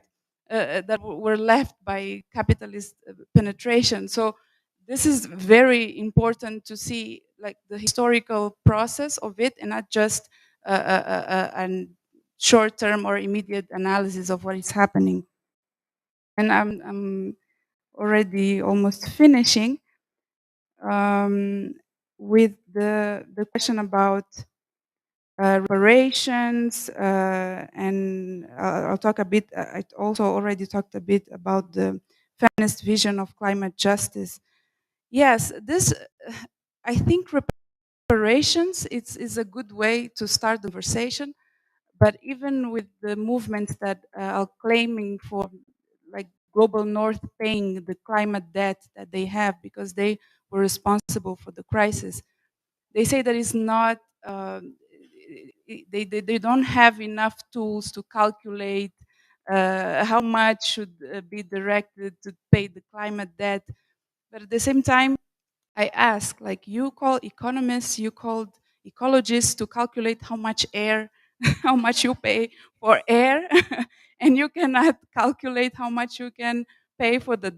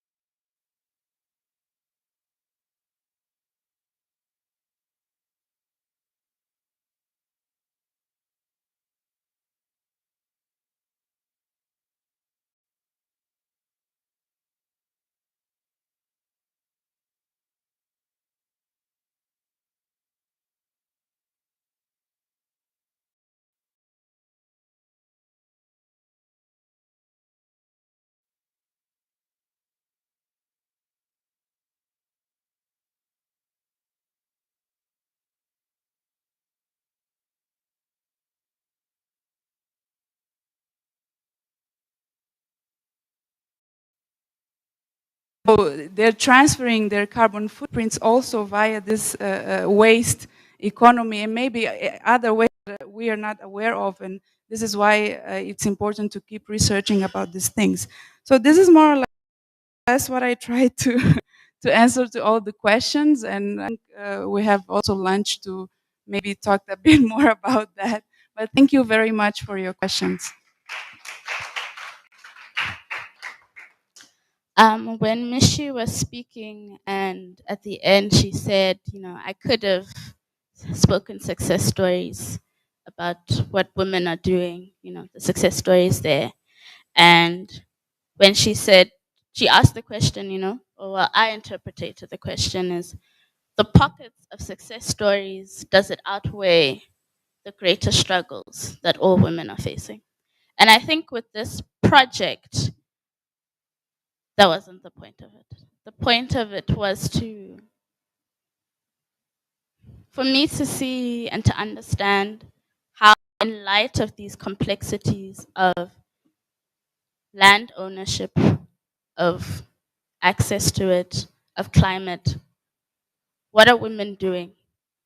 And it's important to take in the historical context around the land question in Zimbabwe, because Hope was right. White farmers were heavily subsidized to produce the amounts of produce that they had.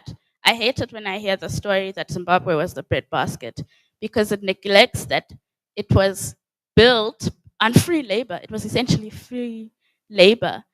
And the mass and size and scale of these farms, where they had schools, they had clinics, white farmers were essentially mayors of these towns, but mayors who had power to beat, who had power to deny their employees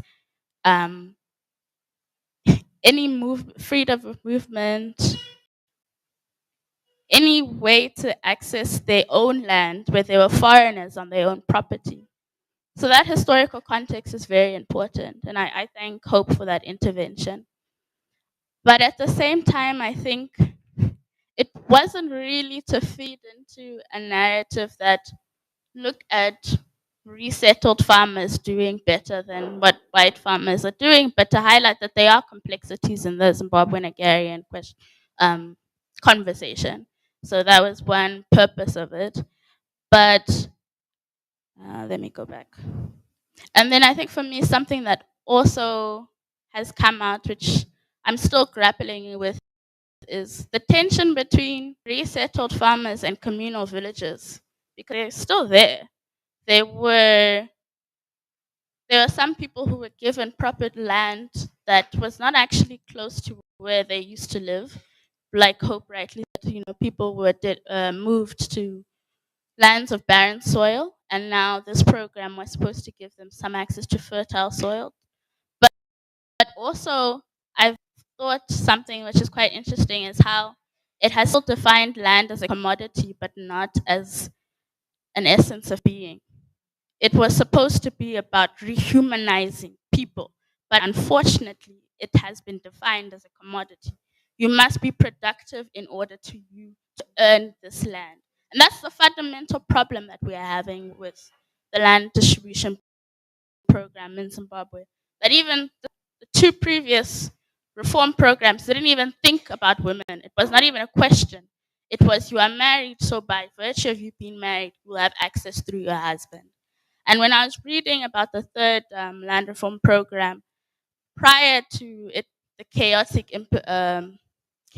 implementation of it, there were conversations with donors, with civil society, that as we work towards this third iteration of this program, we need to make sure that 20% of the land that's going to be distributed goes to women. But it goes back to that question of which women, do they sing a particular song that the state likes? And if they do, and if they don't, what happens to them? And that's something that I would like to explore further. And then to Crystal's question around food food sovereignty movements, there is the Zimbabwean Organic Farmers Forum, which I think came about mid 2000s, And essentially, they saw that this was a crisis, that traditional seeds, that farmers' rights were not really being prioritized, but also people were losing their ties to traditional seeds, their knowledge. Just as my mining was telling me about those different trees, they are driven towards educating, raising awareness, but also helping rural farmers.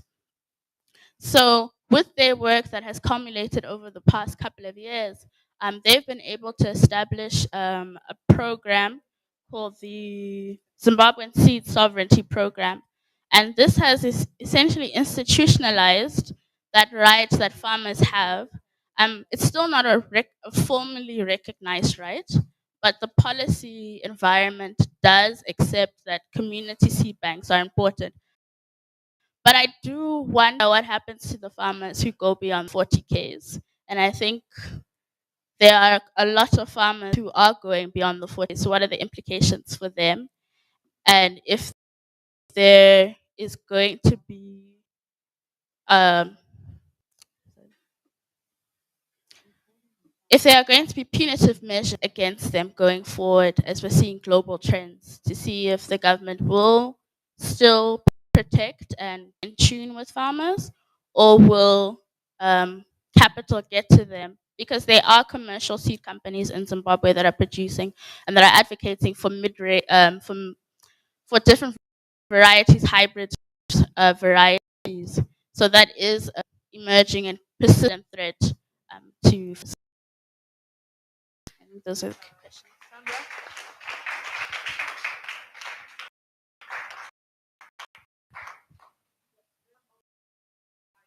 Yes, there's someone who wants to question on from the audience.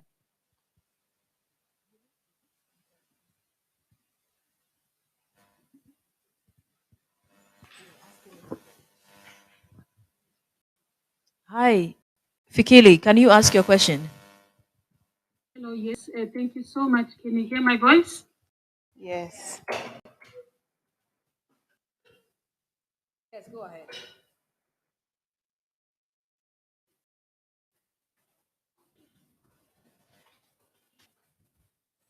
Please go ahead.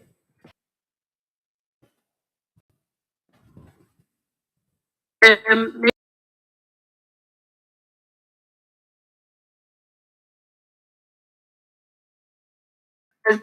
just say thank.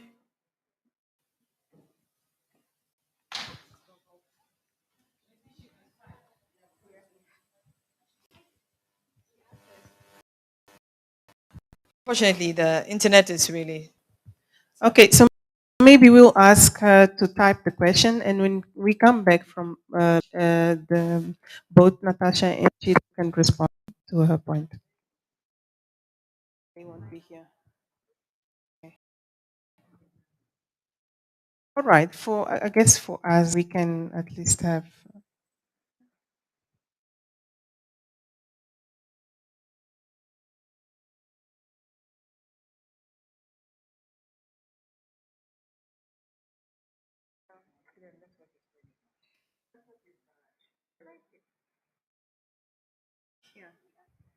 Okay.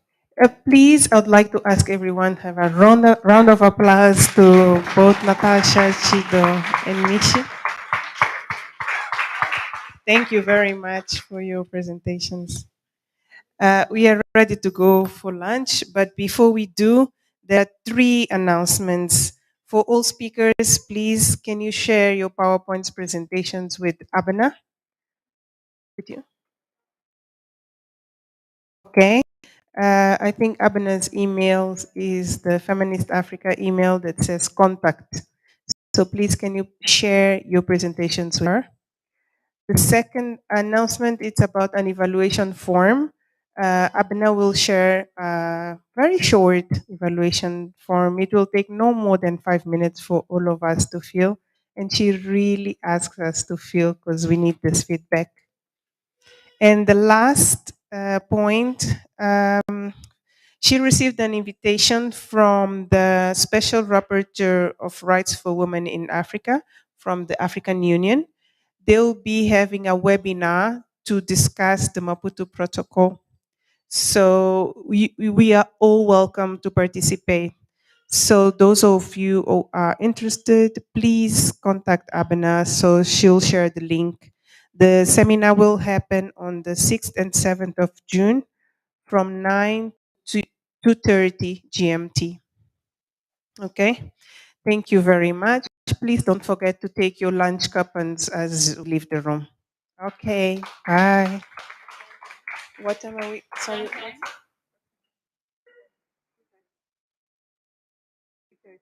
So we'll be back in the room at 3:30. It's 1:30, sorry. 2:30 then. Okay. See you.